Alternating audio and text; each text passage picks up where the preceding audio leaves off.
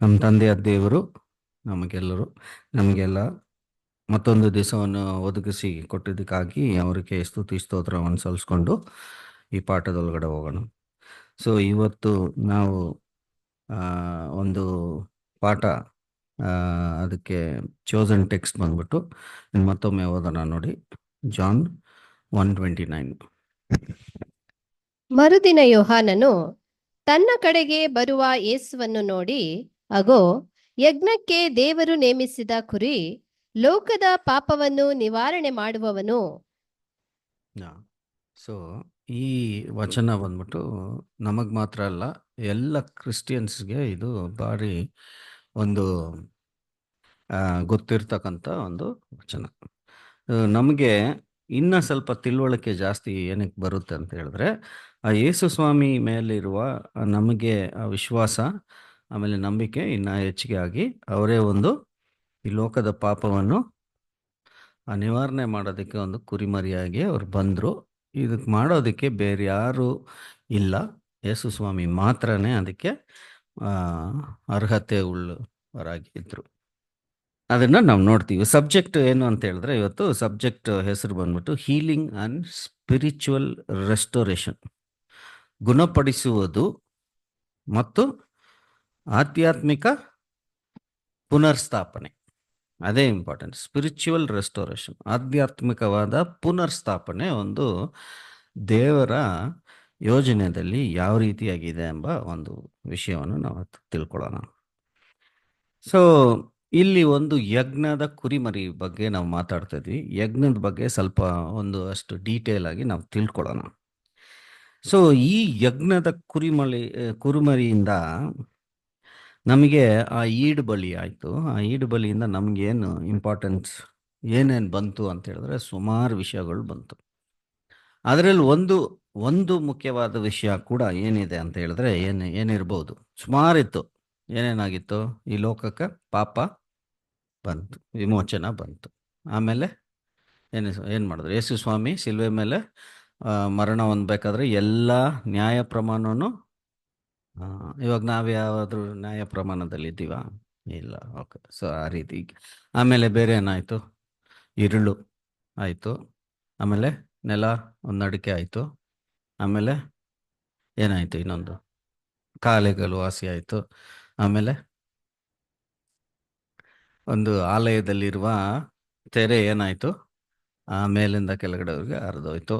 ಈ ಥರ ಎಲ್ಲ ನೋಡಿದ್ರೆ ಈ ಆಲಯದಲ್ಲಿ ಇರುವ ತೆರೆ, ಅದರಲ್ಲಿ ಒಂದು ಆಧ್ಯಾತ್ಮಿಕವಾದ ಒಂದು ಒಂದು ಮೀನಿಂಗ್, ಸ್ಪಿರಿಚುವಲ್ ಮೀನಿಂಗ್ ಏನು ಅಂತ ಹೇಳಿದ್ರೆ, ನಮಗೆ ನಮ್ಮ ಯೇಸು ಸ್ವಾಮಿ ಏನು ಮಾಡಿದ್ರು ಅಂತ ಹೇಳಿದ್ರೆ, ತಂದೆಯ ದೇವರಿಗೆ ಡೈರೆಕ್ಟ್ ಕಾಂಟ್ಯಾಕ್ಟ್ ಮಾಡೋಕ್ಕೆ ಒಂದು ಅವಕಾಶವನ್ನು ಒದಗಿಸ್ಕೊಟ್ಬಿಟ್ರು. ಅವ್ರ ರಕ್ತದ ಮೂಲಕ, ಅವ್ರ ಮರಣದ ಮೂಲಕ ಏನು ಮಾಡಿದ್ರು? ಅದನ್ನು ಒದಗಿಸಿಕೊಟ್ರು.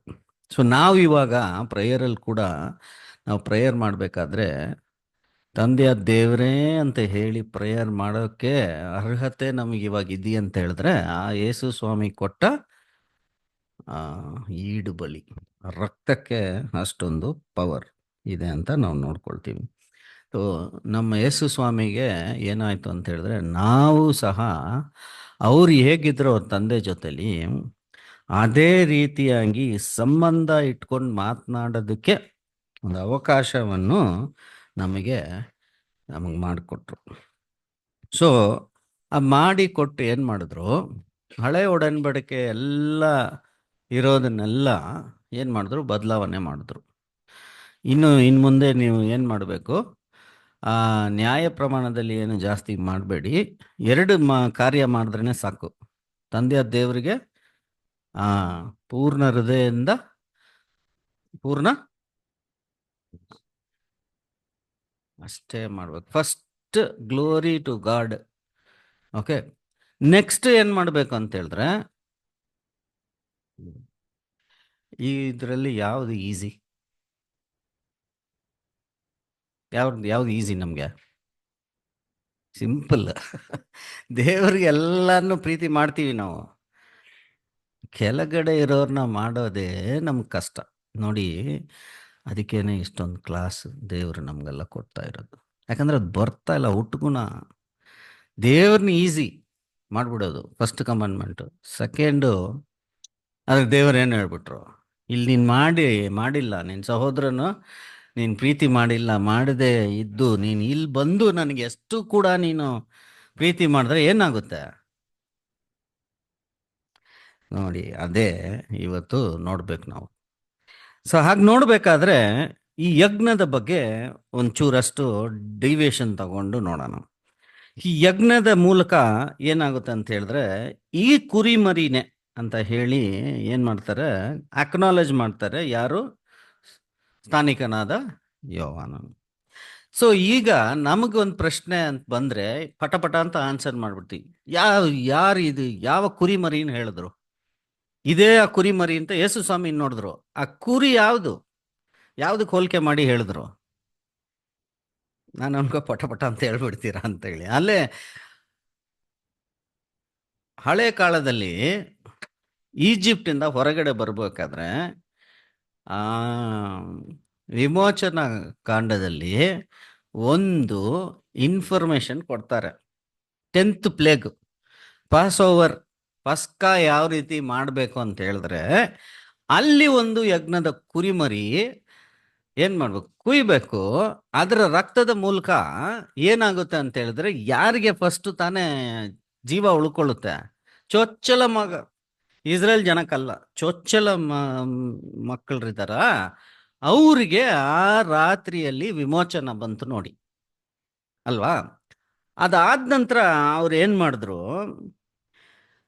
ಇದನ್ನ ನೀವು ಎಲ್ಲ ವರ್ಷನೂ ನೀವೇನ್ ಮಾಡಬೇಕು, ಆಚರಣೆ ಮಾಡಬೇಕು. ಯಾಕೆ ಅಂತ ಹೇಳಿದ್ರೆ, ಇವಾಗ ಮಕ್ಕಳಿಗೆ ನಾವು ಆಚರಣೆ ಮಾಡ್ತಾ ಇರ್ಬೇಕಾದ್ರೆ ಅವ್ರು ಕೇಳ್ತಾರೆ, ಏನಮ್ಮ ಇದು ಮಾಡ್ತೀವಿ ಏನು ಅಂತ ಹೇಳಿದ್ರೆ, ನೋಡಿ ಒಂದ್ ದಿವಸದಲ್ಲಿ ನಮ್ಮ ತಾತಂದಿರಲ್ಲಿ ಇದ್ರು, ಕಷ್ಟದಲ್ಲಿ ಇದ್ರು, ಹೊರಗಡೆ ತಗೊಂಬಂದಿದ್ದೆ ಯಾರು, ಆ ತಂದೆಯ ದೇವರು. ಅವರು ಈ ರೀತಿಯಾಗಿ ಮಾಡಿ ತಗೊಂಬಂದ್ರು ಅಂತ ಅವ್ರಿಗೆ ಜನರೇಷನ್ ಮೂಲಕ ಅದೇನಾಗುತ್ತೆ ಅಂತ ಹೇಳಿದ್ರೆ, ಇನ್ಫಾರ್ಮೇಶನ್ ಕಮ್ಯುನಿಕೇಶನ್ ಪಾಸ್ ಆಗೋದಕ್ಕೆ ಒಂದು ಆಚರಣೆ ಥರ ಮಾಡಿದ್ರು ನೋಡಿ. ಅದನ್ನ ಏನಾಯ್ತು ಅಂತ ಹೇಳಿದ್ರೆ, ಅಲ್ಲಿ ಯೇಸು ಸ್ವಾಮಿ ಬರ್ಬೇಕಾದ್ರೆ, ಇನ್ನು ಮುಂದೆ ನೀವು ಪಸ್ಕಾ ಮಾಡಬೇಕಾದ್ರೆ ಹಳೆ ಯೋಚನೆಯಲ್ಲಿ ಮಾಡೋದು ಬೇಕಾಗಿಲ್ಲ, ಈ ಕುರಿಮರಿನೇ ಅದು ಇದನ್ ಮೂಲಕ ಏನಾಗುತ್ತೆ, ಲೋಕದ ಪಾಪವನ್ನೇ ನಿವಾರಣೆ ಮಾಡುತ್ತೆ. ಆ ಕುರಿಮರಿ ಇನ್ನು ಮುಂದೆ ನಾವು ಪಾಸ್ ಓವರ್ ಮಾಡ್ತೀವಿ, ಮೆಮೋರಿಯಲ್ ಮಾಡ್ತೀವಿ. ಪಾಸ್ ಓವರ್ ಮಾಡ್ತೀವ, ಮೆಮೋರಿಯಲ್ ಮಾಡ್ತೀವ? ಮೆಮೋರಿಯಲ್.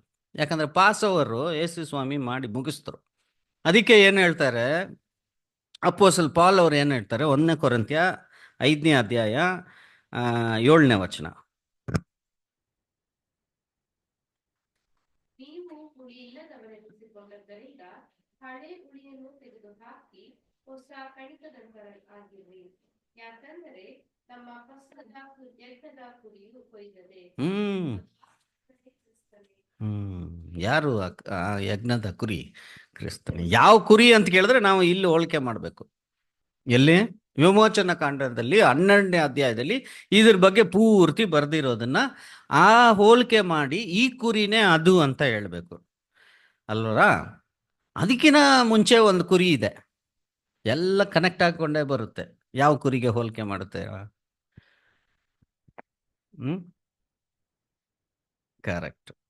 ಸಿಸ್ಟರ್ ಹೇಳ್ದಂಗೆ ಅಬ್ರಹಾಮ್ ಏನ್ ಮಾಡ್ತಾ ಇದ್ರು, ಅವನು ಒಂದೇ ಮಗ ಅವ್ರಿಗಿರೋದು, ಚೊಚ್ಚಲ ಮಗ ಈಸಾಕನ ಜೊತೆಯಲ್ಲಿ ಹೋಗ್ತಾ ಇರ್ಬೇಕಾದ್ರೆ, ಬೆಟ್ಟದ ಮೇಲೆ ಹೋಗ್ತಾ ಇರ್ಬೇಕಾದ್ರೆ ಏನಾಗ್ತಾ ಇದೆ ಅಂತ ಹೇಳಿದ್ರೆ, ಎಲ್ಲಾನು ಕೂಡ ಇದೆ ಬಲಿ ಕೊಡೋದಿಕ್ಕೆ.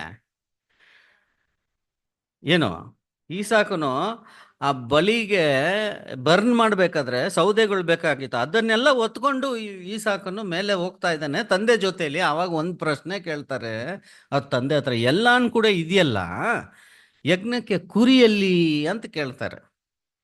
ಅವಾಗ ಅಬ್ರಹಾಮನು ಹೇಳಿದಂಥ ಮಾತು ಎಷ್ಟು ವಿಶ್ವಾಸ ಇತ್ತು ಅಂತ ಹೇಳಿದ್ರೆ, ಅಲ್ಲಿ ಹೋಗಿದ್ದೇ ಏನು ಬಲಿ ಕೊಡೋದು, ಯಾರನ್ನ, ಐಸಾಕ್ನ ಕೊಡೋದಿಕ್ಕೆ ಹೋಗಿದ್ದು.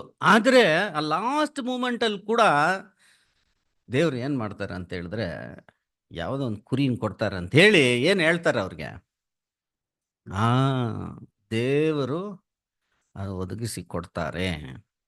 ಅಂತ ಹೇಳಿ ಅಲ್ಲಿಗೆ ಕುರಿ. ಅದಕ್ಕೂ ಇನ್ನೂ ಮುಂಚೆ ಇನ್ನೊಂದು ಕುರಿ ಇದ್ರೆ ಎಲ್ಲಿ ನೋಡಿ, ಎಲ್ಲ ಇಂಟರ್ ಕನೆಕ್ಟೆಡ್. ಎಲ್ಲಿ? ಆ ನೋಡಿ, ಸಿಸ್ಟರ್ ಹೇಳ್ಬಿಟ್ರು, ಆದಾಮ್ ಮಾಡಿದ ಪಾಪಕ್ಕೆ ಏನ್ ಮಾಡಿದ್ರು ಕವರ್ ಮಾಡೋದಕ್ಕೆ, ಅಲ್ಲಿ ಒಂದು ಫಸ್ಟ್ ಬಲಿ ಕೊಟ್ಟಿದ್ದೆ ಕುರಿ. ಆ ಕುರಿ ಬಲಿ ಕೊಟ್ಟಿದ್ದೇನಂದ್ರೆ ಟೆಂಪ್ರವರಿ ಸಿನ್ ಕವರಿಂಗ್ ಮಾತ್ರ, ಪರ್ಮನೆಂಟ್ ಆಗಿ ಆಗಕ್ಕೆ ಸಾಧ್ಯನೇ ಇಲ್ಲ. ಅದು ವೆರಿ ಟೆಂಪ್ರವರಿನೇ. ಆ ಟೆಂಪ್ರವರಿಗಾಗಿ ಈ ಕುರಿನ ಏನ್ ಮಾಡಿದ್ರು, ಬಲಿಗಳು ಕೊಟ್ಕೊಂತ ಬರ್ತಾ ಇದ್ದಂಗೆ ಇಲ್ಲಿ ಸ್ಥಾನಿಕನಾದ ಯೋಹಾನು ಇದೆಲ್ಲ ಮನಸ್ಸಲ್ಲಿ ಇಟ್ಕೊಂಡು ಯಹೂದಿಯರಿಗೆ ಹೇಳ್ತಾನೆ, ಇನ್ ಮುಂದೆ ನೀನು ಆಚರಣೆ ಅಲ್ಲ ಆ ಥರದ್ದು ಮಾಡೋದು ಬೇಕಾಗಿಲ್ಲ. ಅದೇ ಕುರಿಮರಿ ಇದು ಯೇಸು ಸ್ವಾಮಿ ಲೋಕದ ಪಾಪವನ್ನು ಪರ್ಮನೆಂಟ್ ಆಗಿ ಪರಿಹರಿಸುವಂತ ಕುರಿಮರಿ ಇದು. ನೋಡಿ, ಇನ್ನು ಮುಂದೆ ನಾವು ಪಾಸ್ ಓವರ್ ಥರ ಮಾಡೋದು ಬೇಕಾಗಿಲ್ಲ. ಇನ್ನು ಮುಂದೆ ನಾವು ಏನು ಮಾಡ್ತೀವಿ, ಅದೇ ದಿವಸದಲ್ಲಿ ಯೇಸು ಸ್ವಾಮಿ ನಮಗೆ ಹೇಳ್ಕೊಟ್ಟಂಗೆ ನನ್ನ ಮರಣವನ್ನು ನೆನಪಿನಲ್ಲಿ ಇಟ್ಕೊಳ್ಳಿ ಅಂತ ಹೇಳಿ ಮೆಮೋರಿಯಲ್ ಅದನ್ನು ನಾವು ಆಚರಣೆ ಮಾಡ್ತೀವಿ. ಎಷ್ಟು ತನಕ ನಾವು ಆಚರಣೆ ಮಾಡಬೇಕು? ಎಷ್ಟುವರೆಗೂ ಆಚರಣೆ ಮಾಡಬೇಕು? ಅದಾದ ನಂತರ ಮನುಷ್ಯ, ನಾವು ಮರಣ ಆದಮೇಲೆ ಇನ್ನೊಬ್ರು ಬರ್ತಾರೆ, ಅವರು ಮಾಡಬೇಕಾ? ಮಾಡಬೇಕು. ಎಷ್ಟುವರೆಗೂ? ನಾನು ತಿರ್ಗಾ ಎರಡನೇ ಸಾರಿ ಬರೋ ತನಕ ಮಾಡ್ತಾ ಇರ್ತಾರೆ. ನೋಡಿ ಎಷ್ಟೊಂದು ಲಿಂಕಿಂಗ್ ಇದೆ ಈ ಕುರಿಮರಿಯಲ್ಲಿ. ಓಕೆ, ಈ ಕುರಿಮರಿಯಲ್ಲಿ ನಮಗೇನು ಅಂತ ಹೇಳಿದ್ರೆ, ವಿಮೋಚನಾ ಕಾಂಡದಲ್ಲಿ ನಮಗೆ ಆ ಕುರಿಮರಿಯಲ್ಲಿ ಪಾಸ್ ಓವರ್ ಕುರಿಮರಿಗೆ ಬರೋಣ, ಈಜಿಪ್ಟ್ಗೆ. ಅಲ್ಲಿ ಬಂದು ಆ ಕುರಿಮರಿ ಯಾವ ರೀತಿಯಾಗಿ ಇರಬೇಕು ಎಂಬ ಒಂದು ಇನ್ಸ್ಟ್ರಕ್ಷನ್ಸ್ ಕೊಡ್ತಾರೆ. ನಮಗೆಲ್ಲರಿಗೂ ಗೊತ್ತಿರತಕ್ಕಂಥ ವಿಷಯನೇ. ನೀವು ಇವಾಗ ಓದೋದು ಬೇಡ, ಬರೀ ನೋಟ್ ಮಾಡ್ಕೊಳ್ಳಿ. 12ನೇ ಅಧ್ಯಾಯದಲ್ಲಿ ಏನಾಗುತ್ತೆ ಅಂತ ಹೇಳಿದ್ರೆ, ನಮಗೆಲ್ಲ, ನಾವೆಲ್ಲ ಯಾರು ಇವಾಗ? ನೂತನ ಸೃಷ್ಟಿ ಆದರೆ ನಾವು ಯಾರಾಗಿರ್ತೀವಿ? ಯಾರ ಥರ ಇದ್ದೀವಿ ಇವಾಗ? ಹೌದು. ಆಮೇಲೆ ಈ ಲೋಕದಲ್ಲಿ ಇರುವ ದೇಶಗಳು, ನಾವು ಇಂಡಿಯನ್ಸೇ, ಇಂಡಿಯಾದಲ್ಲೇ ಇದು, ಇಲ್ಲೇ ಹುಟ್ಟಿದ್ವಿ, ನಮ್ಮ ರಾಜ್ಯ, ನಮ್ಮ ತಾಯಿನಾಡು ಇದು. ಆದರೆ ಸ್ಪಿರಿಚುವಲ್ ಆಗಿ ನಾವು ಯಾವುದೇ ಒಬ್ಬರಿಗೆ ಹೋಲಿಕೆ ಮಾಡ್ತೀವಿ. ಯಾರು? ಸ್ಪಿರಿಚುವಲ್ ಇಸ್ರಾಯೇಲಿಟ್ಸ್ ಅಲ್ವಾ? ಅವಾಗ ನಮಗೆ ಫಸ್ಟ್ ಮಂತ್ ಯಾವುದು?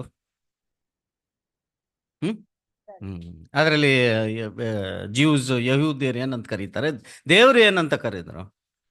ನೀಸಾನ್ ಹಾಬೀಬ್. ನಮಗೆ ಚೈತ್ರ ಅಲ್ವಾ? ಚೈತ್ರ ಮಾಸ. ನೋಡಿ, ಅಲ್ಲಿ ಆ ದೇಶದಲ್ಲಿ 10ನೇ ತಾರೀಕು ಹೋಗಿ ಒಂದು ಕುರಿನ, 1 ವರ್ಷದ ಕುರಿ ತಗೋಬೇಕು. ಇನ್ಸ್ಟ್ರಕ್ಷನ್ ಎಲ್ಲ ಕೊಟ್ಟರು, ಅದು ಯಾವ ರೀತಿಯಾಗಿರ್ಬೇಕು ಅಂತ ಹೇಳಿದ್ರೆ, it should be male, 1 year old, ಆಮೇಲೆ ಸ್ಪಾಟ್ಲೆಸ್, ಎಲ್ಲ ಕೊಟ್ಕೊಳ್ತಾ ಬರ್ತಾರೆ. ಬಂದಿದ ತಕ್ಷಣ ಅದು 10ನೇ ದಿವಸ ತಗೊಂಡು 4ನೇ ದಿವಸಕ್ಕೆ ಏನು ಮಾಡಬೇಕು, ಅಲ್ಲಿ ಅದನ್ನು ಬಲಿ ಕೊಡಬೇಕು. ಆ ರಕ್ತವನ್ನು ತಗೊಂಡು ಎಲ್ಲ ಹಾಕಬೇಕು, ಲಿಂಟಲ್ ಡೋರ್ ಪೋಸ್ಟ್ ಮೇಲೆ ಹಾಕಬೇಕು. ಹಾಕಿದ ನಂತರ ಏನು ಮಾಡಬೇಕು, ಯಾವ ರೀತಿ ನೀವು ಅದನ್ನು ತಿನ್ಬೇಕಾದ್ರೆ ಯಾವ ರೀತಿ ಸುಡಬೇಕು. ಆಮೇಲೆ ಏನು ಮಾಡಬೇಕು, ಈ ತಿನ್ಬೇಕಾದ್ರೆ ನೀವು ರಿಲ್ಯಾಕ್ಸ್ಡ್ ಆಗಿ ತಿನ್ನಂಗಿಲ್ಲ, ಡ್ರೆಸ್ ಎಲ್ಲ ಮಾಡ್ಕೊಂಡಿದ್ದೆ ready for walking, long distance walking ready ಮಾಡಿಕೊಂಡು ನಾವು ತಿನ್ನಬೇಕು ಅಂತ ಹೇಳಿ. ಆಮೇಲೆ ಈ ಬ್ಲಡ್ಡಿಂದ ಏನಾಗುತ್ತೆ ಅಂತ ಹೇಳಿದ್ರೆ, ಚೊಚ್ಚಲ ಮಗ ಅದು ಸೇವಿಂಗ್ ಆಗುತ್ತೆ ಆ ಪಾಸ್ ಓವರಲ್ಲಿ. ಎಲ್ಲ ಇನ್ಸ್ಟ್ರಕ್ಷನ್ ಕೊಟ್ಟು ಒಂದು ಇನ್ಸ್ಟ್ರಕ್ಷನ್ ಮಾತ್ರ, ಇನ್ನೊಂದು ಇನ್ಸ್ಟ್ರಕ್ಷನ್ ಕೊಡ್ತಾರೆ. ಯಾರಿಗಾದ್ರೂ ಗೊತ್ತಿದೆಯಾ? ಇಷ್ಟೊಂದು ಇನ್ಸ್ಟ್ರಕ್ಷನ್ ನೋಡ್ಬಿಟ್ಟು ಇನ್ನೂ ಸುಮಾರು ಇನ್ಸ್ಟ್ರಕ್ಷನ್ಸ್ ಇದೆ, ಯಾವ ರೀತಿ ತಿನ್ನಬೇಕು, ಇದು ಎಲ್ಲನೂ ಹೇಳ್ತಾರೆ. ಮಾಂಸವನ್ನು ಯಾವ ರೀತಿ ತಿನ್ನಬೇಕು, ಮಾಂಸದ ಜೊತೆಲಿ ಏನು ಹಾಕೊಂಡು ತಿನ್ನಬೇಕು, ಸೊಪ್ಪು, ಕಹಿಯಾದ ಪಲ್ಯ, ಮಾರ್ನಿಂಗ್ವರೆಗೂ ಉಳಿಸ್ಬಾರ್ದು. ಆಮೇಲೆ ಏನು ಹೇಳಿ, ದೇಹ ಕಟ್ ಮಾಡಬೇಕಾದ್ರೆ ಮೂಳೆ ಮುರಿಬಾರ್ದು. Very important point. ಮೂಳೆ ಮುರಿಬಾರ್ದು. ನೋಡಿ, ಈ ಮೂಳೆ ಮುರಿಬಾರ್ದು ಅಂತ ಇತ್ತಲ್ಲ ಪಾಯಿಂಟು, ಇದ್ರ ಬಗ್ಗೆ ಸ್ವಲ್ಪ ಹಂಗೆ ಅದ್ರ ಒಳಗಡೆ ಡೀಪ್ ಆಗೋದು, ಮಿಕ್ಕಿದೆಲ್ಲ ಬಿಟ್ಬಿಡೋಣ. ಏನಕ್ಕೆ ಈ ಮೂಳೆ ಮುರಿಬಾರ್ದು? ಏನಾದ್ರಲ್ಲ ಅಂತ ವಿಶೇಷ? ಸೊ ಅಲ್ಲಿ ಯಜ್ಞದ ಕುರಿಮರಿ, ಇದೇ ಲೋಕದ ಪಾಪವನ್ನು ಪರಿಹರಿಸುವ ದೇವರ ಕುರಿಮರಿ ಯೇಸು ಸ್ವಾಮಿನೂ ಅಲ್ಲಿ ಯಜ್ಞಕ್ಕೆ ಒಳಗಾದ್ರು. ಆಗಿದ ನಂತರ ಶಿಲುಬೆದಲ್ಲಿ ಇರಬೇಕಾದ್ರೆ ಇಲ್ಲೊಂದು ಪ್ರವಾದಿ ಹೇಳ್ದಂಗೆ ಒಂದು ಪ್ರಾಫಸಿ ಅದು ಎಲ್ಲಿ ಫುಲ್ಫಿಲ್ ಆಯ್ತಾ ಇಲ್ವಾ? ಶಿಲುಬೆದಲ್ಲಿ ಯೇಸು ಸ್ವಾಮಿ ಮರಣ ಎಷ್ಟು ಸಾರಿ ಕೆಳಗಡೆ ಬಿದ್ರು, ಎಷ್ಟು ಇದೆಲ್ಲ ಕಷ್ಟ ಅನುಭವಿಸಿದ್ರು, ರಕ್ತ ಸುರಿದೋಯ್ತು, ಎಲ್ಲಾನು ಹೋಯ್ತು. ಆದ್ರೆ ಏನಾಯ್ತು ಇವ್ರಿಗೆ? ಮೂಳೆ ಮುರಿಲಿಲ್ಲ ಅಂತ ಎಂಬ ವಿಷಯವನ್ನು ನಾವಲ್ಲಿ ಗಮನಕ್ಕೆ ತರೋಣ. ನೋಡಿ, ಅಲ್ಲಿ ಒಂದು ಏನ್ ಹೇಳ್ತಾರಂದ್ರೆ, ಯೇಸು ಸ್ವಾಮಿಗೆ ಎಷ್ಟು ಕಷ್ಟ ಆಯ್ತು ಅಂತ ಹೇಳಿದ್ರೆ, ತಮ್ಮ ಸ್ವಂತ ಅವರೇ ಇವ್ರನ್ನ ಕಷ್ಟದಲ್ಲಿ ಒಳಗಾಕಿದ್ರು. ತನ್ನ ಕ್ಲೋಸ್ ಫ್ರೆಂಡ್ ಇವ್ರನ್ನ ತೋರ್ಸ್ಕೊಟ್ರು. ಅದನ್ನೆಲ್ಲ ಹಾಕ್ಬೇಕಾದ್ರೆ ಲಾಸ್ಟಲ್ಲಿ ಅವನ್ನೆಲ್ಲ ಸಹಿಸ್ಕೊಂಡ್ರು. ಲಾಸ್ಟ್ ಮಿನಿಟಲ್ಲಿ ಆ ತಂದೆ ಅವ್ರಿಂದ ಹೋಗ್ತಾರಲ್ಲ, ಅವಾಗ ಏನಾಯ್ತು ಅಂತ ಹೇಳಿದ್ರೆ ಎದೆ ಚೂರು ಪಾರು ಆಯಿತು ಎಂಬ ವಿಷಯವನ್ನು ಕೀರ್ತನೆ 69:20 ವಚನದಲ್ಲಿ ಓದೋಣ ನೋಡಿ.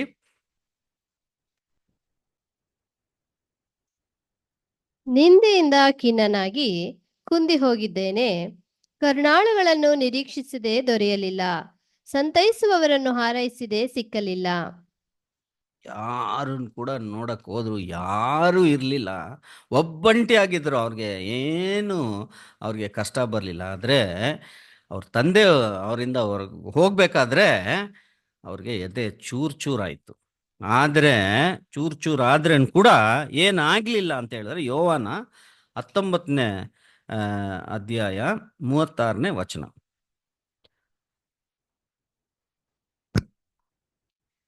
ಯಾಕೆಂದರೆ ಆತನ ಒಂದು ಎಲುಬನ್ನಾದರೂ ಮುರಿಯಕೂಡದು ಎಂದು ಶಾಸ್ತ್ರದಲ್ಲಿ ಬರೆದ ಮಾತು ನೆರವೇರುವಂತೆ ಇದಾಯಿತು. ನೋಡಿ, ಇದಕ್ಕೆ ಹೋಲಿಕೆ ಮಾಡಿ ಯೋವಾನನ್ನು ಬರಿತಾ ಇದ್ದಾರೆ. ಇಲ್ಲಿ ಬರಿಬೇಕಾದ್ರೆ ಏನ್ ಹೇಳ್ತಾರೆ ಅಂದ್ರೆ, ಓಹೋ, ಅಲ್ಲಿ ಆ ಪ್ರಾಫಸಿ ಫುಲ್ಫಿಲ್ ಆಗೋ ತರಾನೇ ಕರೆಕ್ಟಾಗಿ ಫುಲ್ಫಿಲ್ ಆಯ್ತು ಅಂದ್ರೆ ಇದೇ ಯಾವುದು ಅದು ಯಜ್ಞದ ಕುರಿಮರಿನೇ ಎಂಬ ವಿಷಯ ಅಲ್ಲಿ ಗಮನಕ್ಕೆ ತರ್ತಾರೆ. ಓಕೆ, ಸೊ ಇವಾಗ ಯಾಕೆ ದೇವರು ಮೂಳೆಯನ್ನು ಮುರಿಬಾರ್ದು ಅಂತ ಹೇಳಿದ್ರು? ಆ ಮೂಳೆಯಲ್ಲಿ ಏನ್ ತಾನೇ ಇದೆ, ಏನು ಅಷ್ಟೊಂದು ಸೀಕ್ರೆಟ್ ದೇವರು ಅದರಲ್ಲಿ ಇದ್ದಾರೆ ಎಂಬ ವಿಷಯವನ್ನು ಇವತ್ತು ತಿಳ್ಕೊಳ್ಳೋಕೆ ಸಮಯ ಬಂದ್ಬಿಡುತ್ತೆ. ಏನಾದರೂ ಗೊತ್ತಿದೆಯಾ ನಿಮಗೆ ಯಾಕೆ ದೇವರು ಮೂಳೆಯನ್ನು ಮುರಿಬಾರ್ದು ಅಂತ ಹೇಳಿದ್ರು? ಫೇತ್. ಓಕೆ, ಹಾಗೆ ಇಟ್ಕೊಳ್ಳೋಣ ಸಿಸ್ಟರ್. ಹಿಂಗೆ ಹೋಗ್ತಾ ಹೋಗ್ತಾ ಎಲ್ಲ ಕನೆಕ್ಟ್ ಆಗ್ಬಿಡುತ್ತೆ ನೋಡಿ. ಇವಾಗ ನೆಕ್ಸ್ಟ್ ನಾವು ಏನು ಮಾಡಬೇಕು ಅಂತ ಹೇಳಿದ್ರೆ, ಒಂದೊಂದೇ ವಿಷಯಗಳನ್ನು ನೋಡ್ತಾ ಬಂದಾಗ ಈ ಯಜ್ಞದ ಕುರಿಮರಿ ಬಂದ್ಬಿಟ್ಟು ಅಲ್ಲಿ ಯಜ್ಞ ಕೊಡಬೇಕಾದ್ರೆ ಸುಮಾರು ಥರದ ಯಜ್ಞಗಳಿತ್ತು. ಹಳೆ ಒಡಂಬಡಿಕೆಯಲ್ಲಿ ಸುಮಾರು ಥರದ ಯಜ್ಞಗಳು. ಆದರೆ ಈ ಯಜ್ಞ ಮಾಡಿದ್ದು ಒಂದು ವಿಚಿತ್ರವಾಗಿತ್ತು. ಯಾಕೆ ಹೇಳಿದ್ರೆ, ಇದನ್ನ ಏನು ಹೇಳಿದ್ರು, ನೀನು ಮೂಳೆಯನ್ನು ಡ್ಯಾಮೇಜ್ ಮಾಡಬಾರ್ದು ಅಲ್ವರ. ಬೇರೆ ಥರ ಯಜ್ಞದಲ್ಲಿ ಏನಾಗುತ್ತೆ, ಕಂಪ್ಲೀಟ್ ಡ್ಯಾಮೇಜ್ ಆಗುತ್ತೆ. ಹೆಂಗೆ ಹೇಳ್ತೀರಾ ಡ್ಯಾಮೇಜ್ ಆಗುತ್ತೆ ಅಂತ? ಏನಾದರೂ ಎವಿಡೆನ್ಸು? ಬೇರೆ ಥರ ಯಜ್ಞ, ಟೆಬರ್ನಾಕಲಲ್ಲಿ ಯಜ್ಞಗಳು ಕೊಡ್ತಾ ಇದ್ರಲ್ಲ, ಅಲ್ಲಿ ಮೂಳೆ ಎಲ್ಲ ಕಟ್ಟಾಗ್ತಾ ಇತ್ತು. ಹೇಗೆ ಹೇಳ್ತೀರಾ? ಯಾಕಂದ್ರೆ ಅಲ್ಲಿ ಯಜ್ಞ ಕೊಡ್ಬೇಕಾದ್ರೆ ತಲೆ ಸಪ್ರೇಟು, ದೇಹ ಸಪ್ರೇಟ್ ಆಗುತ್ತೆ. ಅಲ್ಲಿಗೇನಾಗಬೇಕು, ಕಟ್ಟೆ ಹಾಗೆ ಆಗಬೇಕು ಅದು. ಇಲ್ಲಿ ಆ ಥರ ಇಲ್ಲ, ಬರೀ ಥ್ರೋಟ್ ಸ್ಲಿಟ್ಟಿಂಗ್ ಮಾತ್ರ ಮಾಡಿ ರಕ್ತ ತಗೊಂಡು ಮಾಡಿದ್ರು. ಅದಕ್ಕೆ ವಿಷಯ ಎರಡಿದೆ, ಅದಕ್ಕೆ ಸೂಚನೆಗಳೆಲ್ಲ ನಾವು ಸುಮಾರು ನೋಡ್ತೀವಿ. ತಲೆ ಅಂದರೆ ಯಾರು ಅಂತ ಹೇಳಿದ್ರೆ ಯೇಸು ಸ್ವಾಮಿದು, ಅವರು ಕೊಟ್ಟಿದ್ದ ಯಜ್ಞ. ಇವಾಗ ಆ ಬಾಡಿ ಮೆಂಬರ್ಸು, ದೇಹ ಕೊಡ್ತಾ ಇರೋ ಯಜ್ಞ ಬಂದು ನಾವು ಎಲ್ರೆ, ಅದಕ್ಕೆ ನಮಗೆ ಒಂದು ಅರ್ಹತೆ ದೇವರು ನಮಗೆ ಕೊಟ್ಟಿದ್ದಾರೆ, ಒದಗಿಸ್ಕೊಟ್ಟಿದ್ದಾರೆ. ಅದನ್ನು ನಾವು ಭಾಳ ಸೂಕ್ಷ್ಮದಿಂದ ಏನು ಮಾಡಬೇಕು, ಅದನ್ನು ಕೇರ್ಫುಲ್ ಆಗಿ ಅದನ್ನು ಮಾಡಬೇಕು ಅಂತ ಹೇಳಿ. ಅದು ಎರಡು. ಇಲ್ಲಿ ಇರೋದು ಬಂದ್ಬಿಟ್ಟು ತಲೆ ಸಪ್ರೇಟ್ ಆಗಲೇ ಇಲ್ಲ, ಪೂರ್ತಿ 100% ನಮಗೆ ಆ ಈಡು ಬಲಿಯಲ್ಲಿ ನಮಗೇನಾದರೂ ಪಾಲು ಉಂಟಾ ಅಂತ ಕೇಳಿದ್ರೆ ಇಲ್ವೇ ಇಲ್ಲ. 0.001 ಕೂಡ ಇಲ್ಲ. 100% ಯೇಸು ಸ್ವಾಮಿ ಮಾಡಿ ಮುಗಿಸಿದ್ದಾರೆ. ಯಾಕಂದರೆ ಪೂರ್ತಿ ಅದೇ. ಓಕೆ, ಸೊ ಇದು ಒಂದು ವಿಷಯ. ಎರಡನೇದು, ಈ ಮೂಳೆಯಲ್ಲಿ ಏನು ಅಂತ ವಿಷಯ ಇದೆ ಅಂತ ನೋಡ್ಕೊಳ್ಳೋಕ್ಕಾದ್ರೆ ಏನು ಮಾಡ್ತೀವಿ ಅಂತ ಹೇಳಿದ್ರೆ, ಬೋನ್ ಏನು ರೆಪ್ರೆಸೆಂಟ್ ಮಾಡುತ್ತೆ ಅಂತ ಹೇಳಿದ್ರೆ ಒಂದು ನ್ಯೂ ಲೈಫ್ ಕಂಪ್ಯಾನಿಯನ್ಶಿಪ್ ಅಲ್ವಾ.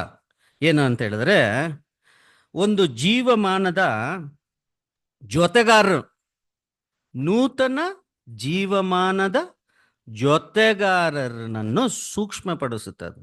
ಅದು ಸಾಂಕೇತಿಕವಾದ ಒಂದು ಅರ್ಥ ಅದರಲ್ಲಿದೆ. ಆ ಬೋನ್ ಬಂದ್ಬಿಟ್ಟು ಒಂದು ಸಿಂಬಲ್ ರೆಪ್ರೆಸೆಂಟ್ ಏನ್ ಮಾಡುತ್ತೆ ಅಂತ ಹೇಳಿದ್ರೆ, ಒಂದು ನೂತನವಾದ ಜೀವಮಾನದ ಅಂತ ಹೇಳಿದ್ರೆ ಪರ್ಮನೆಂಟ್ ಆಗಿರ್ತಕ್ಕಂಥ ಜೊತೆಗಾರರ ಬಗ್ಗೆ ಅದು ಹೋಲಿಕೆ ಮಾಡುತ್ತೆ ಈ ಬೋನ್. ಅದಕ್ಕೆ ಅದು ಹೆಂಗಿರ್ಬೇಕಂದ್ರೆ ಪರ್ಫೆಕ್ಟ್ ಬ್ರೇಕ್ ಆಗಬಾರ್ದು, ಅದು ಸೂಚನೆ ಕೊಡುತ್ತೆ. ಜೀವಮಾನದ ಜೊತೆಗಾರರು ಅಂತ ಹೇಳಿದ್ರೆ ಲೋಕದಲ್ಲಿ ನಮಗೆ ಏನು ಜ್ಞಾಪಕ ಬರುತ್ತೆ? ನಮ್ಗೆ ಯಾರಾದರೂ ಜೀವಮಾನದ ಜೊತೆಗಾರರು ಇದ್ದಾರಾ? ಯಾರು? ಸಿಂಪಲ್ ಅಷ್ಟೇ. ಹಸ್ಬೆಂಡ್ ವೈಫು ಜೀವಮಾನದ, ನಮ್ಮ ನ್ಯೂ ಕ್ರಿಯೇಷನ್ಗೆ, ನೂತನ ಸೃಷ್ಟಿಗೆ ತುಂಬಾನೇ ಡೀಪ್ ಆಗಿ ಹೋಗಿ ನಾವು ಇದನ್ನು ತಗೊಳ್ತೀವಿ. ಇರೋದು ಒಬ್ರೆ, ಅವ್ರಿಗೆ ಲೈಫ್ ಲಾಂಗ್. ಒಂದ್ಸಾರಿ ಯಾರ ಮುಂದೆ ನಾವು ಮದುವೆ ಆಗ್ತೀವಿ? ದೇವ್ರ ಮುಂದೆ. ಅವಾಗ ಆಗ್ಬೇಕಾದ್ರೆ ಏನಾಗ್ತೀವಿ ಅಂತ ಹೇಳಿದ್ರೆ ಲೈಫ್ ಲಾಂಗ್, ಇನ್ನು ಮುಂದೆ ನೋ ಟರ್ನಿಂಗ್ ಬ್ಯಾಕ್. ಅದೇ ರೀತಿಯಾಗಿ ಯೇಸು ಸ್ವಾಮಿನೂ ಏನ್ ಮಾಡ್ತಾ ಇದ್ದಾರೆ? ಒಂದು ಹೊಸ ಜೀವಮಾನದ ಜೊತೆಗಾರನನ್ನು ಹುಡುಕೋದಿಕ್ಕೆ ಆ ಬೋನ್ನ ಸಿಂಬಲ್ ಆಗಿಟ್ರು. ಅದೇನಾಯ್ತು ಅಂತ ಹೇಳಿದ್ರೆ ಒಂದು ಸಾಂಕೇತಿಕವಾದ ಒಂದು ಅರ್ಥ. ಅದರಲ್ಲಿ ಏನು ಕೂಡ ಡ್ಯಾಮೇಜ್ ಆಗಲಿ. ಈಗ ಅವ್ರ ಹೃದಯ ಚೂರುಪಾರು ಹೊಡೆದೋಯ್ತು, ಆದರೆ ಅವರ ಮೂಳೆಗಳು, ಎಳುವುಗಳು ಏನಾಯ್ತು ಅಂದ್ರು ಸ್ವಲ್ಪನೇ ಡ್ಯಾಮೇಜ್ ಮಾಡಿದ್ರೆ, ಹಾಗೆ ಸ್ಟ್ರಕ್ಚರ್ನ ಇಟ್ರು. ಸ್ಟ್ರಕ್ಚರ್ನ ಅದು ಯಾರು ಡ್ಯಾಮೇಜ್, ಚರ್ಚ್ ಕ್ಲಾಸ್ನ ಡ್ಯಾಮೇಜ್ ಆಗಬಾರ್ದು ಅಂತ ಇಟ್ರು ನೋಡಿ. ಅದಕ್ಕೆ ಹೀಗೆ ಇದನ್ನ ಹೇಗೆ ನೀವು ಹೇಳ್ತೀರಾ ಅಂತ ಹೇಳಿದ್ರೆ, ಎಲುವುಗಳ ಬಗ್ಗೆ ನಾವು ಕೆಲವೊಂದು ವಿಷಯಗಳನ್ನು ಗಮನಕ್ಕೆ ತರಬೇಕು. ಇವಾಗ ಎಲ್ಲಿ ಹೋಗೋಣ? ಎಲುವುಗಳ ಬಗ್ಗೆ ಬೇರೆ ಎಲ್ಲಿ ಬರೆದಿದೆ? ಆದಿಕಾಂಡದಲ್ಲಿ ಬರೆದಿದೆ. ಆದಿಕಾಂಡದಲ್ಲೇ ಅಲ್ಲೊಂಬ ಜೀವಮಾನದ ಜೊತೆಗಾರರು ದೇವರು ಯಾರಿಗೆ ಮಾಡ್ತಾರೆ? ಮಾಡಬೇಕಾದ್ರೆ ಏನ್ ಮಾಡ್ತಾರೆ? ಫಸ್ಟು ನೀವೇನು ಮಾಡಬೇಕು? ನಾನು ನಿನಗೆ ಆಪ್ರೇಷನ್ ಮಾಡಬೇಕು, ಅನೆಸ್ಥೇಷಿಯಾ ಪ್ರೋಸೆಸ್ಸಲ್ಲಿ ಹಾಕಿ ಟೆಂಪ್ರವರಿ ಸ್ಲೀಪಿಂಗಲ್ಲಿ ಹಾಕ್ತಾರೆ ಅಲ್ವರ? ಹಾಕಬೇಕಾದ್ರೆ ಆದಾಮನು ಟೆಂಪ್ರವರಿಯಾಗಿ ಅವನು ನಿದ್ದೆ ಮಾಡ್ತಕ್ಕಂಥ ಟೈಮಲ್ಲಿ ಅವನ ಮೈಯಲ್ಲಿರ್ತಕ್ಕಂಥ ಒಂದು ಎಲುಬನ್ನು ತಗೊಂಡು ಯಾರನ್ನು ಇದು ಮಾಡ್ತಾರೆ? ನೂತನವಾಗಿ ಯಾರನ್ನು ಮಾಡ್ತಾರೆ? ಏವಾಳನ್ನು ಮಾಡ್ತಾರೆ. ಮಾಡಬೇಕಾದ್ರೆ ಆ ಎಲುವು ಎಲ್ಲಿಂದ ತಗೊಂಡ್ರು? ಯಾಕೆ ಅದೆಲ್ಲ ಈಗ ಹೇಳ್ಬಿಡ್ತಾರೆ. ಯಾಕೆ ಅದು ಹೇಳ್ಬೇಕು ನೀವು, ಆನ್ಸರ್ ಹೇಳ್ಬೇಕು. ಓಕೆ, ನಾನೇ ಹೇಳ್ತೀನಿ. ತಲೆಯಿಂದ ಏನಾದರೂ ಒಂದು ಎಲುವು ತಗೊಂಡು ಮಾಡಿಬಿಟ್ಟಿದ್ರೆ ಆದಾಮನ್ಗೆ ಏವಾಲ್ ಏನಾಗ್ಬಿಡ್ತಾ ಇದ್ಲು? ಸೂಪರ್ ಪವರ್ ಆಗ್ಬಿಡ್ತಾ ಇದ್ಲು, ಅಧಿಕಾರ ಚಲಾಯಿಸೋದು ಆದಾಮನ ಮೇಲೆ. ಕಾಲಿಂದ ತೆಗೆದು ಮಾಡಿಬಿಟ್ಟಿದ್ರೆ ಏನಾಗ್ತಾ ಇತ್ತು? ಏವಾಳು ಆದಾಮ್ ಏನು ಮಾಡ್ಬೋದು? ಸರ್ವೆಂಟ್ ಆಗಿ ಕಾಲಲ್ಲಿ ತುಳಿಯೋ ಥರ. ಆಗ ಮಾಡಬಾರ್ದು. ಇವ್ರು ಯಾರು? ಜೊತೆಗಾರರು ಈಕ್ವಲ್ ಆಗಿ ಇರಬೇಕು ಅಂತೇಳಿ, ಜೀವಮಾನದ ಜೊತೆಗಾರರು ಹೆಂಗಿರ್ಬೇಕು ಅಂತೇಳಿ ಈಕ್ವಲ್ ಆಗಿ ಇರಬೇಕು ಅಂತ ಹೇಳಿ ಎಲ್ಲಿಂದ ತಗೊಂಡ್ರು? ಎದೆ. ರೈಟ್ ಹ್ಯಾಂಡ್ ಸೈಡಾ ಲೆಫ್ಟ್ ಹ್ಯಾಂಡ್ ಸೈಡಾ? ಲೆಫ್ಟ್ ಹ್ಯಾಂಡ್ ಸೈಡಲ್ಲಿ ಎದೆ ಇದೆ. ಯಾಕೆ ಅಂತ ಹೇಳಿದ್ರೆ that love, equality, women empowerment. Equal, woman ಮೇಲೇನೂ ಆಗಬಾರ್ದು, ಕೆಳಗಡೆನೂ ಆಗಬಾರ್ದು. ಮನುಷ್ಯನ ಮೇಲೆ, ಇದು ಪುರುಷ ಮೇಲೇನೂ ಆಗಬಾರ್ದು, ಕೆಳಗಡೆನೂ ಆಗಬಾರ್ದು. ಈಕ್ವಲ್, ಸಮ. ಸೊ ಸಮನಾಗಿ ಮಾಡೋದಿಕ್ಕೆ ಅಲ್ಲಿ ನೋಡಿ ಒಂದು ಎಲುವನ್ನು ತಗೊಂಡು ಮಾಡಬೇಕಾದ್ರೆ ಆದಾಮನು ಲವ್ ತೋರಿಸ್ದ. ಈ ಪ್ರಪೋಸ್ ದಿಸ್ ಫಸ್ಟ್ ಲವ್. ಅಲ್ಲಿ ರೊಮ್ಯಾನ್ಸ್ ಮಾಡ್ತಕ್ಕಂಥ ಸಿಚುವೇಶನ್ ಅಲ್ಲಿ ಬೈಬಲಲ್ಲಿ ಏನು ಬರ್ದಿದೆ? ಆದಿಕಾಂಡ 2ನೇ ಅಧ್ಯಾಯ 33ನೇ ವಚನದಲ್ಲಿ ಅವಾಗ ಹೇಳ್ತಾರೆ, ಆದಾಮನ ಏನು ಹೇಳ್ತಾನೆ ನೋಡಿ. ಆದಿಕಾಂಡ 2:23. ಆಕೆಯನ್ನು ಅವನ ಬಳಿಗೆ ಕರೆತಂದನು. ಅವನು ಆಕೆಯನ್ನು ನೋಡಿ, ಈಗ ಸರಿ, ಹ್ಮ್ ಈಕೆಯು ನನ್ನ ಎಲುಬುಗಳಿಂದ ಬಂದ ಎಲುಬು, ಹ್ಮ್ ನನ್ನ ಮಾಂಸದಿಂದ ಬಂದ ಮಾಂಸವೂ ಆಗಿದ್ದಾಳೆ. ಈಕೆಯು ನರನಿಂದ ಉತ್ಪತ್ತಿಯಾದ ಕಾರಣ ನಾರಿ ಎನಿಸಿಕೊಳ್ಳುವಳು ಅಂದನು. ಏನಂತಾರೆ, ಆ ನಾರಿಗೆ propose love is telling, you are my bone of my bones, flesh of my flesh. ಇನ್ನು ಮುಂದೆ ನಾನು ನೀನು ಒಂದು ಅಂತ ಹೇಳಿ he love started loving her equality. ಅದು ಯಾವ ರೀತಿ ಬಂತು ಅಂತ ಹೇಳಿದ್ರೆ, ಎಲುವು ತಗೊಂಡಿದ್ದು ಎದೆ ಪಕ್ಕದಿಂದ ತಗೊಂಡು ಮಾಡ್ತಾ ಇದ್ದಾರೆ. ಇವಾಗ ಈ ಎಲುವು ಬಗ್ಗೆ ಸ್ವಲ್ಪನೇ ಬರ್ತಾ ಇದೆ. ಈ ಎಲುವಲ್ಲಿ ಏನು ಅಂತ ವಿಶೇಷಣ ಒಂದು ವಿಷಯ ಇದೆ. ಇದು ಬಿಟ್ರೆ ಈ ಎಲುವಲ್ಲಿ ಅಲ್ವಾ, ಇದರಲ್ಲಿ ಏನು ಬೇರೆ ವಿಶೇಷ ಅರ್ಥ ಇದೆ ಅಂತ ನಾವು ನೋಡಬೇಕು. ಏನಿದೆ, ಏನಕ್ಕೆ ಅಷ್ಟೊಂದು ಇಂಪಾರ್ಟೆನ್ಸು? ಯಾಕೆ ಒಂದು ಹಾರ್ಟನ್ನೇ ತಗೊಂಡು ಇನ್ನೊಂದು ಮಾಡಿಲ್ಲ? ಬ್ರೈನ್ ತಗೊಂಡು ಯಾಕೆ ಮಾಡಿಲ್ಲ? ಲಿವರ್ ತಗೊಂಡು ಯಾಕೆ ಮಾಡಿಲ್ಲ? ಅಲ್ವಾ? ಯಾಕೆ ಇದೆಲ್ಲ ಬಂದ್ಬಿಟ್ಟು ಇಂಪಾರ್ಟೆಂಟ್ ಆರ್ಗನ್ಸ್ ಇಲ್ವಾ? ಲಂಗ್ಸು ಇದನ್ನೆಲ್ಲ ಯಾಕೆ ತಗೊಂಡು ಮಾಡಿರಲಿಲ್ಲ? ಯಾಕೆ ಬರೀ ಬೋನ್ನ ತಗೊಂಡು ಮಾಡಿದ್ರು? ಯಾಕೆ? Any idea? ಯಾರಾದರೂ ಮೆಡಿಕಲ್ ಫೀಲ್ಡಲ್ಲಿ ಇದ್ದೀರಾ? ಹಾಂ, ಬೋನ್ ಮ್ಯಾರೋದಲ್ಲಿ ಏನಮ್ಮ ಇದೆ? ಸಿಸ್ಟರ್ ಮೆಡಿಕಲ್ಲ ನೀವು? ಹತ್ರಕ್ಕೆ ಬಂದ್ಬಿಟ್ಟು ಈ ನೋಡಿ, ಈ ಈ ಬೋನ್ಸ್ ಇದೆಯಲ್ಲ, ಓಕೆ, ಮೂಳೆ, ಅದರ ಮೇಲೆ ಸಿಕ್ಕಾಪಟ್ಟೆ ಗಟ್ಟಿಯಾಗಿರುತ್ತೆ. ಅದ್ರ ಒಳಗಡೆ ಏನೋ ಇದೆ. ಅದ್ರ ಒಳಗಡೆ ಏನಿದೆ? ಮ್ಯಾರೋ, ಅದು ಕನ್ನಡದಲ್ಲಿ ಮಜ್ಜೆಗಳಿದೆ. ಈ ಮಜ್ಜೆದ ಕಾರ್ಯ ಏನು? ಸಿಸ್ಟರ್ ಹೇಳ್ದಂಗೆ ಸೆಲ್ಸ್ ಪ್ರೊಡ್ಯೂಸ್ ಮಾಡ್ತಕ್ಕಂಥದ್ದು. ಅದೊಂದು ಕಾರ್ಖಾನೆ ನಮ್ಮ ಮೈಯಲ್ಲಿ. ಏನಂತ ಹೇಳಿದ್ರೆ, ಇದು ಮೇಲೆ ಏನು ಗೊತ್ತಾಗಲ್ಲ, ಒಳಗಡೆ ಒಂದು ಕಾರ್ಖಾನೆ ಥರ ಉತ್ಪತ್ತಿ ಆಗ್ತಾನೇ ಇದೆ ಡೈಲಿ. ಏನು ಉತ್ಪತ್ತಿ ಆಗ್ತಾ ಇದೆ ಅಂತ ಹೇಳಿದ್ರೆ, ಸೆಲ್ಸು ಉತ್ಪತ್ತಿ ಆಗ್ತಾನೇ ಇದೆ. ಆ ಸೆಲ್ಸು ಉತ್ಪತ್ತಿ ಆಗಿದ ತಕ್ಷಣನೇ ಆ ಸೆಲ್ಸಲ್ಲಿ 3 ವಿಧವಾದ ಸೆಲ್ಸ್ ಇದೆ. ಆ ಸೆಲ್ಸ್ ಎಲ್ಲ ಸೇರ್ಕೊಂಡಿದ್ದೆ ಒಂದು ಲಿಕ್ವಿಡ್ ಫಾರ್ಮ್ ಆಗುತ್ತೆ, ಅದಕ್ಕೆ ಬ್ಲಡ್ ಅಂತ ಬರುತ್ತೆ. ಈ ಮೂಳೆ ಬೋನ್ ಮ್ಯಾರೋ ಇಂದನೇ ದ ಪ್ರೊಡಕ್ಷನ್ ಆಫ್ ಬ್ಲಡ್ ಬರ್ತಕ್ಕಂಥ ವಿಷಯ. ಅದೊಂದು ಕಾರ್ಖಾನೆ ಸ್ಟಾಪ್ ಆಗದಿರ ವರ್ಕ್ ಆಗ್ತಾನೇ ಇದೆ. ಆ ಬ್ಲಡ್ ಇಂಪಾರ್ಟೆಂಟ್ ಆಗಿ, ಬ್ಲಡ್ ಬರೋದಿಕ್ಕೆ ಮೂಳೆನೇ ಕಾರಣ. ಆ ಬ್ಲಡ್ ಬರೋದನ್ನ ರೂಟಿಂದ ತೆಗೆದವ್ರು ಏನು ಮಾಡ್ಬಿಟ್ರದು, ಈ ಮೂಳೆಯನ್ನು ತಗೊಂಡು ಅವರು ಅಲ್ಲಿ ಅವರ ಜೀವಮಾನದ ಜೊತೆಗಾರ ಯಾರಿಗೆ? ಆದಾಮಗೆ ಮಾಡಿದ್ರು. ನೋಡಿ ಎಂಥ ಒಂದು ಇಂಟ್ರೆಸ್ಟಿಂಗ್ ಅದ್ಭುತವಾದ ಕಾರ್ಯ ದೇವರು ಮಾಡ್ತಾ ಇದ್ದಾರೆ. ಇವಾಗ ಮಾಡ್ತಾ ಇರಬೇಕಾದ್ರೆ ಆ ಬ್ಲಡ್ ಬಂದ್ಬಿಡ್ತು. ಅದು ಯಾರ ಬ್ಲಡ್ ಅಂತಂದ್ರೆ ಆದಾಮ್ನಿಂದ ಬಂದ ಬ್ಲಡ್ಡೇ. ಅದರಲ್ಲಿ ಏನು ಡಿಫ್ರೆನ್ಸ್ ಇಲ್ಲ. ಬರ್ತಾ ಇದ್ದಂಗೆ ಆ ಬ್ಲಡ್ಡಲ್ಲಿ ಏನಿದೆ ಅಂತ ಹೇಳಿದ್ರೆ, ಸೆಲ್ಸ್ ಇದೆಯಲ್ಲ, ಏನೇನು ಸೆಲ್ಸ್ ಇದೆ? RBC ಇದೆ, white blood cells, platelets counts. ಇದು 3 ಬಾರಿ ಇಂಪಾರ್ಟೆಂಟ್. RBC ಇಂದ ಏನು ಬರುತ್ತೆ ನಮಗೆ? ಏನು ಇದಾಗುತ್ತೆ? ಆಕ್ಸಿಜನ್ಸ್ ಫುಲ್ಲು ಡೆವಲಪ್ ಮಾಡಿ ಸಪ್ಲೈ ಆಗುತ್ತೆ. WBCಯಲ್ಲಿ ಏನಾಗುತ್ತೆ? ಆರೋಗ್ಯ ಏನಾದರೂ ಡಿಸೀಸ್ ನಮ್ಗೆ ಅಟ್ಯಾಕ್ ಮಾಡಿದ್ರೆ ಪ್ರೊಟೆಕ್ಷನ್ಗೆ ಅದು WBC ಬರುತ್ತೆ. ಈ ಪ್ಲೇಟ್ಲೆಟ್ ಕೌಂಟ್ಸ್ ಇದೆಯಲ್ಲ, ಅದು ಒಂದು ಅದ್ಭುತವಾದ ಒಂದು ಕಾರ್ಯ ಮಾಡುತ್ತೆ. ಈ ರಕ್ತ ಏನಾದರೂ ಕಟ್ ಮಾಡಿ ಹೊರಗಡೆ ಸುರಿತಾ ಇದ್ರೆ ಅದೇನು ಮಾಡಬೇಕು? ದೇವರು ಕ್ಲಾಟ್ ಮಾಡ್ತಕ್ಕಂಥ ಕೆಪಾಸಿಟಿ ಆ ಬ್ಲಡ್ಡಲ್ಲಿ ಇದ್ರು. ನೋಡಿ ಎಂಥ ಅದ್ಭುತವಾದ ಕ್ರಿಯೇಷನ್ ಮನುಷ್ಯ ಮತ್ತು ಎಲ್ಲ ಜೀವ ಮೃಗಗಳನ್ನು ಮಾಡ್ತಾ ಇರೋದು.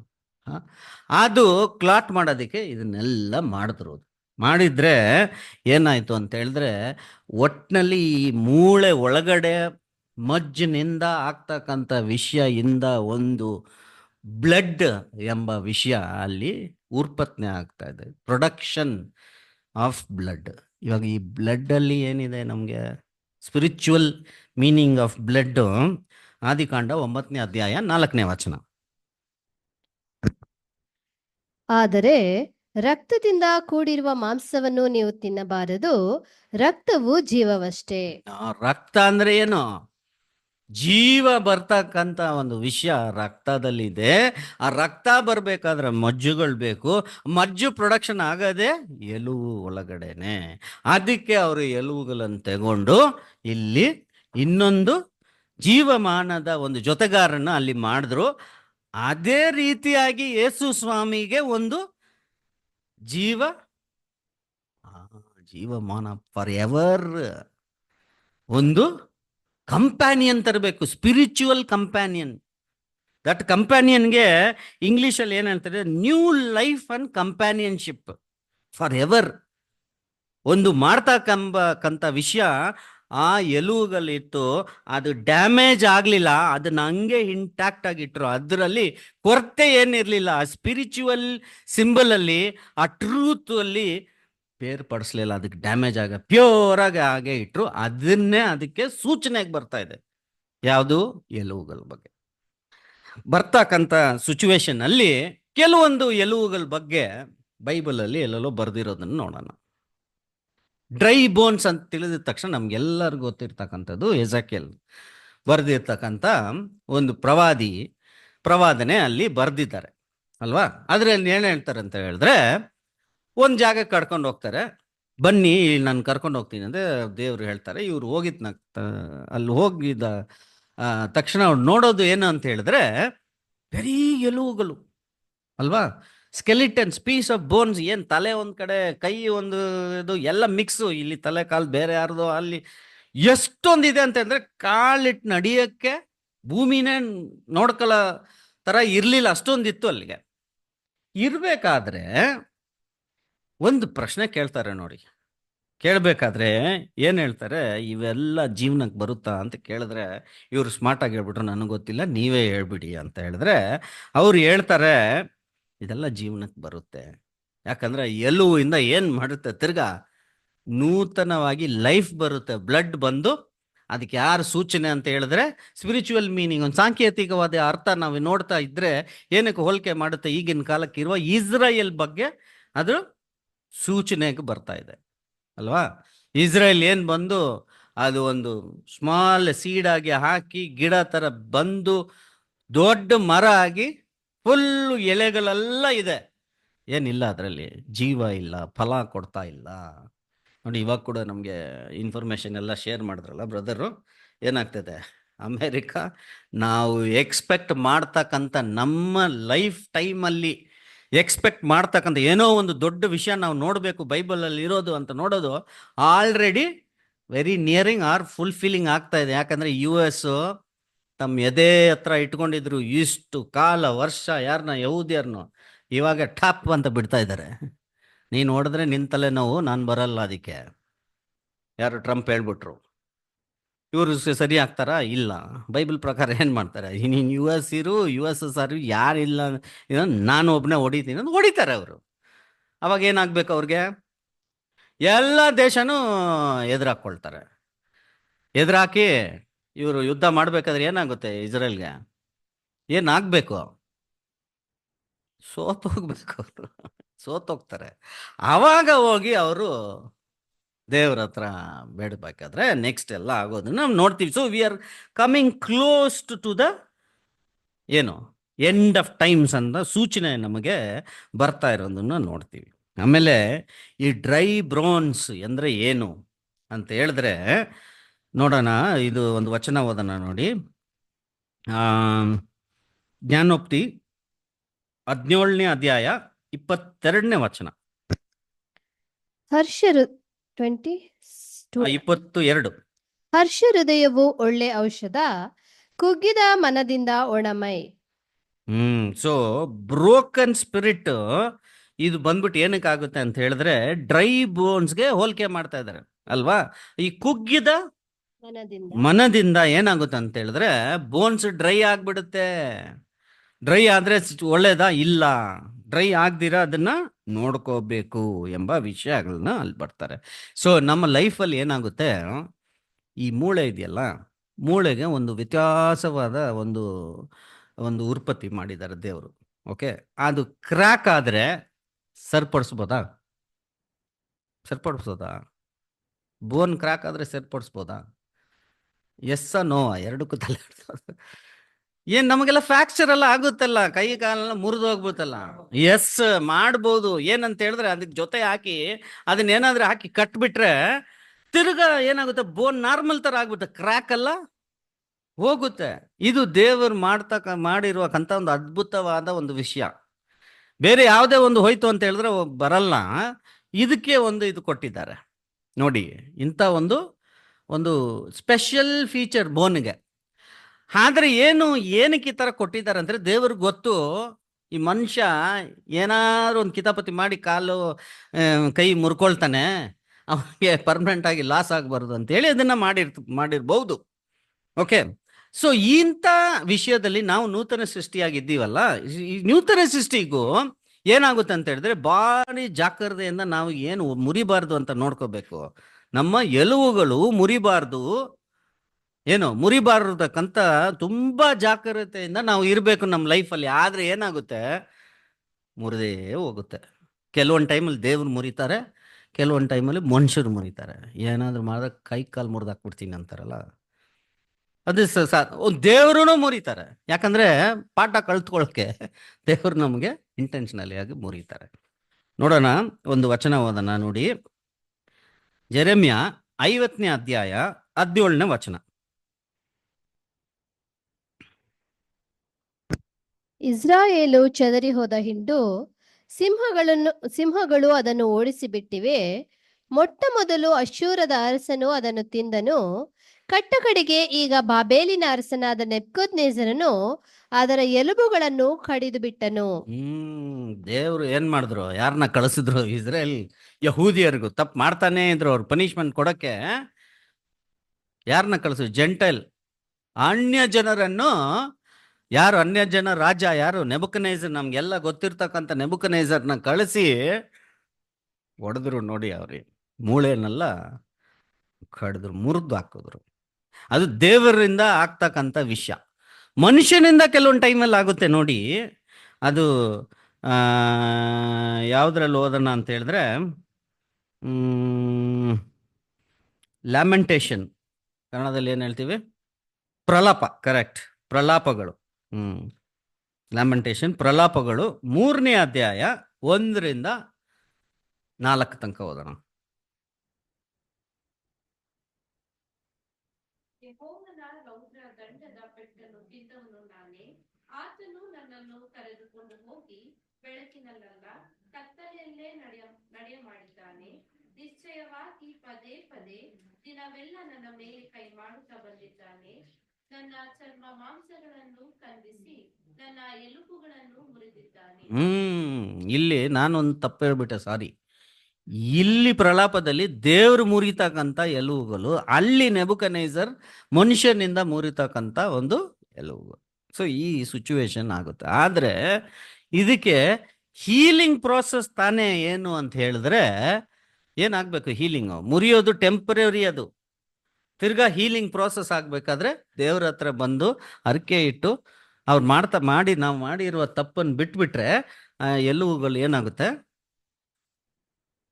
ಜಾಯಿನ್ ಆಗಿ ತಿರ್ಗಾ ನಾರ್ಮಲ್ ಕಂಡೀಷನ್ ಬರುತ್ತೆ. ಇವಾಗ ಇನ್ನೊಂದು ಪ್ರಶ್ನೆ, ನಮ್ಮ ದೇಹದಲ್ಲಿ ಒಂದು ಎಲುಬು ಇದೆ, ಮುರಿದು ಆದ್ರೆ ತಿರ್ಗಾ ಅದು ಸರಿಪಡಿಸೋದಕ್ಕೆ ಆಗಲ್ಲ.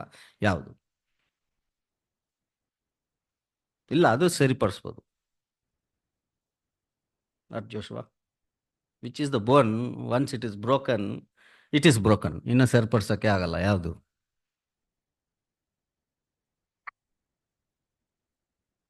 ಒಂದು bone is nothing but brother, ತೊಡೆ ಎಲುಬು ಬ್ರದರ್. ಯಾಕೋಬನಿಗೆ ತೊಡೆ ಎಲ್ಬ ಮುರಿತು. ಇಲ್ಲ ಸಿಸ್ಟರ್, ಅದು ಕೂಡ ತೊಡೆ ಎಲುಬು ಕೂಡ ಮುರಿದೋದ್ರೆ ಅದು ಸರಿಪಡಿಸ್ಬೋದು. ನಮಗೆ ಹಲ್ಲಿದೆಯಲ್ಲ, ಹಲ್ಲು ಟೀತ್, ಒಂದ್ಸಾರಿ ಅದು ಕೂಡ ಎಲುಬುನೇ. ಅದು ಒಂದ್ಸಾರಿ ಮುರಿದೋದ್ರೆ ತಿರ್ಗಾ ಅದು ಹೊಡೆದೋಯ್ತಾರೆ. ಎಲ್ಲ ಟೆಂಪ್ರವರಿನೇ, ಅದು ಇದು ಆಗ್ತಾರೆ ಎಲ್ಲ. But original is gone. So ಏನು ಹೇಳ್ತಾರೆ ದೇವರು?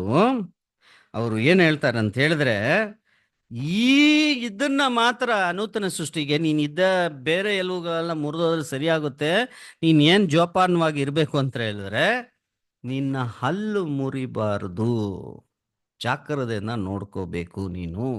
ಇವಾಗ ಈ ಹಲ್ಲಲ್ಲಿ ಏನಿದೆ, ಯಾಕೆ ಅದನ್ನ ಅಷ್ಟೊಂದು ಸೂಕ್ಷ್ಮವಾಗಿ ದೇವರು ಹೇಳ್ತಾ ಇದ್ದಾರೆ ಎಂಬ ವಿಷಯಗಳನ್ನ ಒಂದೊಂದೇ ನಾವು ಓದ್ತಾ ಇರ್ಬೇಕಾದ್ರೆ ನಾವೇನ್ ನೋಡೋಣ ಅಂದ್ರೆ ಹೇಳಿದ್ರೆ, ಪರಮಗೀತೆಯಲ್ಲಿ ಒಂದು ವಚನ ಓದೋಣ. ಪರಮಗೀತೆ 4ನೇ ಅಧ್ಯಾಯ 2ನೇ ವಚನ.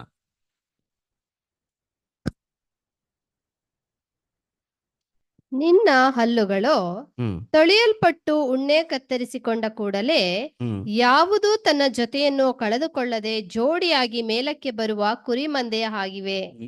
ಈ ಹಲ್ಲಿಗೆ ಯಾವ್ದಕ್ಕೆ ಹೋಲಿಕೆ ಮಾಡ್ತಾ ಇದ್ದಾರೆ ಅಂತ ಹೇಳಿದ್ರೆ, ಪರ್ಫೆಕ್ಟ್ ಆಗಿರೋ ಸ್ಮೈಲ್, ಅಲೈನ್ಡ್ ಆಗಿರೋ ಟೀತು, ಮುರಿದೋದಿರ್ತಕ್ಕಂಥ ಟೀತು ಯಾವ್ದಕ್ಕೆ ಹೋಲಿಕೆ ಮಾಡ್ತಾರೆ ಅಂತ ಹೇಳಿದ್ರೆ ಕುರಿ ಹೋಲಿಕೆ ಮಾಡ್ತಾರೆ. ಆ ಕುರಿ ಯಾರು? ಯೇಸು ಸ್ವಾಮಿ. ಪರ್ಫೆಕ್ಷನ್. ಅದೇ ತರ ನೀನು ಸರಿಯಾಗಿ ಗಟ್ಮುಟಿಯಾಗಿ ನಾವು ಇಟ್ಕೋಬೇಕು ಎಂಬ ವಿಷಯ ಅದನ್ನ ಗಮನಕ್ಕೆ ತರ್ತಾರೆ. ಯಾಕಂತ ಹೇಳಿದ್ರೆ ಒಂದು ಸಾರಿ ಆ ಟೀತ್ ಮುರಿದೋದ್ರೆ ಏನಾಗುತ್ತೆ ಅಂತ ಹೇಳಿದ್ರೆ, ಇವಾಗ ಒಂದು ಓದೋಣ ನೋಡಿ. ಆ ಆ, ಜ್ಞಾನೋಕ್ತಿ 25ನೇ ಅಧ್ಯಾಯ 19ನೇ ವಚನ.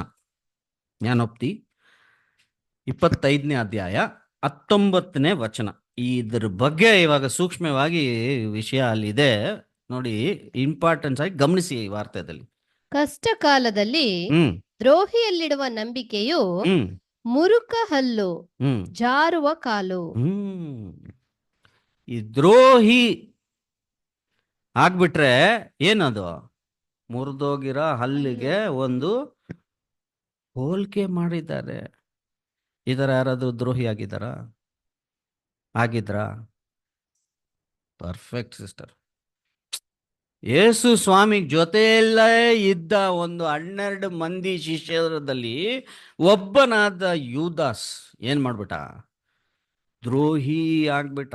ಅವ್ರಿಗೆ ಏನ್ ಸಂಬಂಧ? ಹಲ್ಲು ಹೋಯ್ತು, ತಿರ್ಗಾದು ಇವಾಗ ನಮಗಿದೆ. ಲೋಕದಲ್ಲಿ ಇರೋರಿಗೆ ಎಲ್ಲ ಎಷ್ಟೇ ತಪ್ಪು ಮಾಡಿದ್ರೆ ಅವ್ರಿಗೆ ಕ್ಷಮಾಪಣೆ ಇದೆ, ಅವಕಾಶ ಇದೆ, ಜನರಲ್ ರಿಸರೆಕ್ಷನ್ ಅಲ್ಲಿ ಬರ್ತಾರೆ. ಎಲ್ಲ ತಿಳಿದು ಗೊತ್ತಿದ್ದೆ.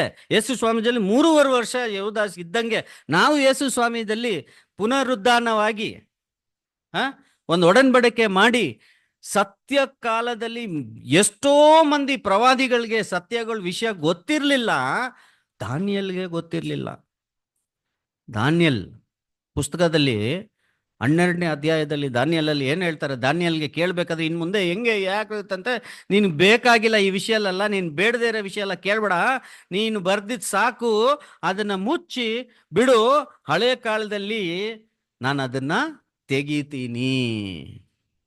ನಮಗೆ ತೆಗೆದಿದ್ದಾರೆ. ದಾನಿಯಲ್ಗೆ ಗೊತ್ತಿಲ್ಲದೆ ಇರುವ ವಿಷಯಗಳನ್ನ ನಮಗೆ ತಿಳಿಸಿದ್ದಾರೆ. ಸತ್ಯದಲ್ಲಿ ಇಷ್ಟೊಂದು ನಾವು ತಿಳ್ಕೊಂಡು ಯೇಸು ಸ್ವಾಮಿಗೆ ದ್ರೋಹ ಮಾಡಿದ್ರೆ ಹಲ್ಲು ಮುರಿದೋದಂಗೆ ಅದಕ್ಕೆ ತಿರ್ಗಾ ಸರಿಪಡಿಸೋಕೆ ಆಗೋದೇ ಇಲ್ಲ. ತುಂಬಾ ಜಾಗ್ರತೆಯಾಗಿ ನಾವು ಇರಬೇಕು ಎಂಬ ವಿಷಯ ಬಂತು. ಎಲ್ಲ ಒಂದೊಂದೇ ಲಿಂಕಿಂಗ್ ಆಗ್ತಾ ಇದೆಯಲ್ಲ. ಈ ಲಿಂಕಿಂಗ್ ಆಗ್ತಾ, ಯಾಕಂದ್ರೆ ಒಂದೊಂದು ವಿಷಯದಲ್ಲಿ ಇಷ್ಟೊಂದು ಸತ್ಯವನ್ನು ಅಡಗಿಸಿದ್ದಾರೆ ದೇವರು. ಅದನ್ನ ಬಿಡಿಸಿ ನಮಗೆ ಎಲ್ಲ ಕೊಟ್ಟಿದ್ದು ಈ ಕಾಲದಲ್ಲೇ ನಮಗೆ ಕೊಟ್ಟಿದ್ದಾರೆ. ಸುಮಾರು ಜನಕ್ಕೆ ಇದು ಸಿಗ್ಲಿಲ್ಲ. ಇಷ್ಟೊಂದು ಸತ್ಯವನ್ನು ನಮಗೆ ಕೊಟ್ಟಿರುವ ವಿಷಯಗಳನ್ನು ನಾವು ನೋಡಿದ್ವಿ. ಅದೇ ಇನ್ನೊಂದಲ್ಲಿ ನೋಡೋಣ. ಪ್ರಲಾಪ 3ನೇ ಅಧ್ಯಾಯ 16ನೇ ವಚನ.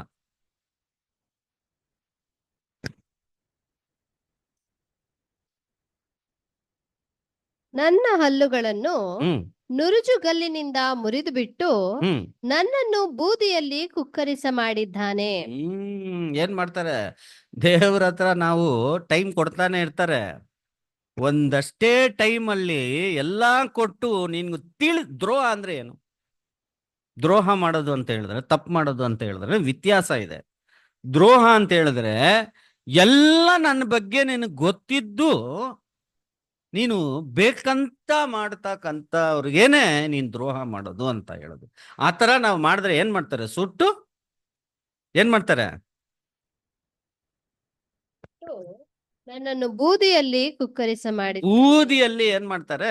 ಕುಕ್ಕರಿಸ್ಬಿಡ್ತಾರೆ. ಅಂದ್ರೆ ಅದಕ್ಕೆ ಸೂಚನೆ ಏನಂತ ಹೇಳಿದ್ರೆ ಎಲ್ಲರಿಗೂ ನಮ್ಗೆ ಗೊತ್ತಿದೆ, ನಮಗೆಲ್ಲ ಸೆಕೆಂಡ್ ಡೆತ್ ಆಗ್ಬಿಡುತ್ತೆ. ಹುಷಾರಾಗಿ ಇರಬೇಕು ಅಲ್ವರಾ? ಅದೇ ಕೀರ್ತನೆ 3ನೇ ಅಧ್ಯಾಯ 7ನೇ ವಚನ.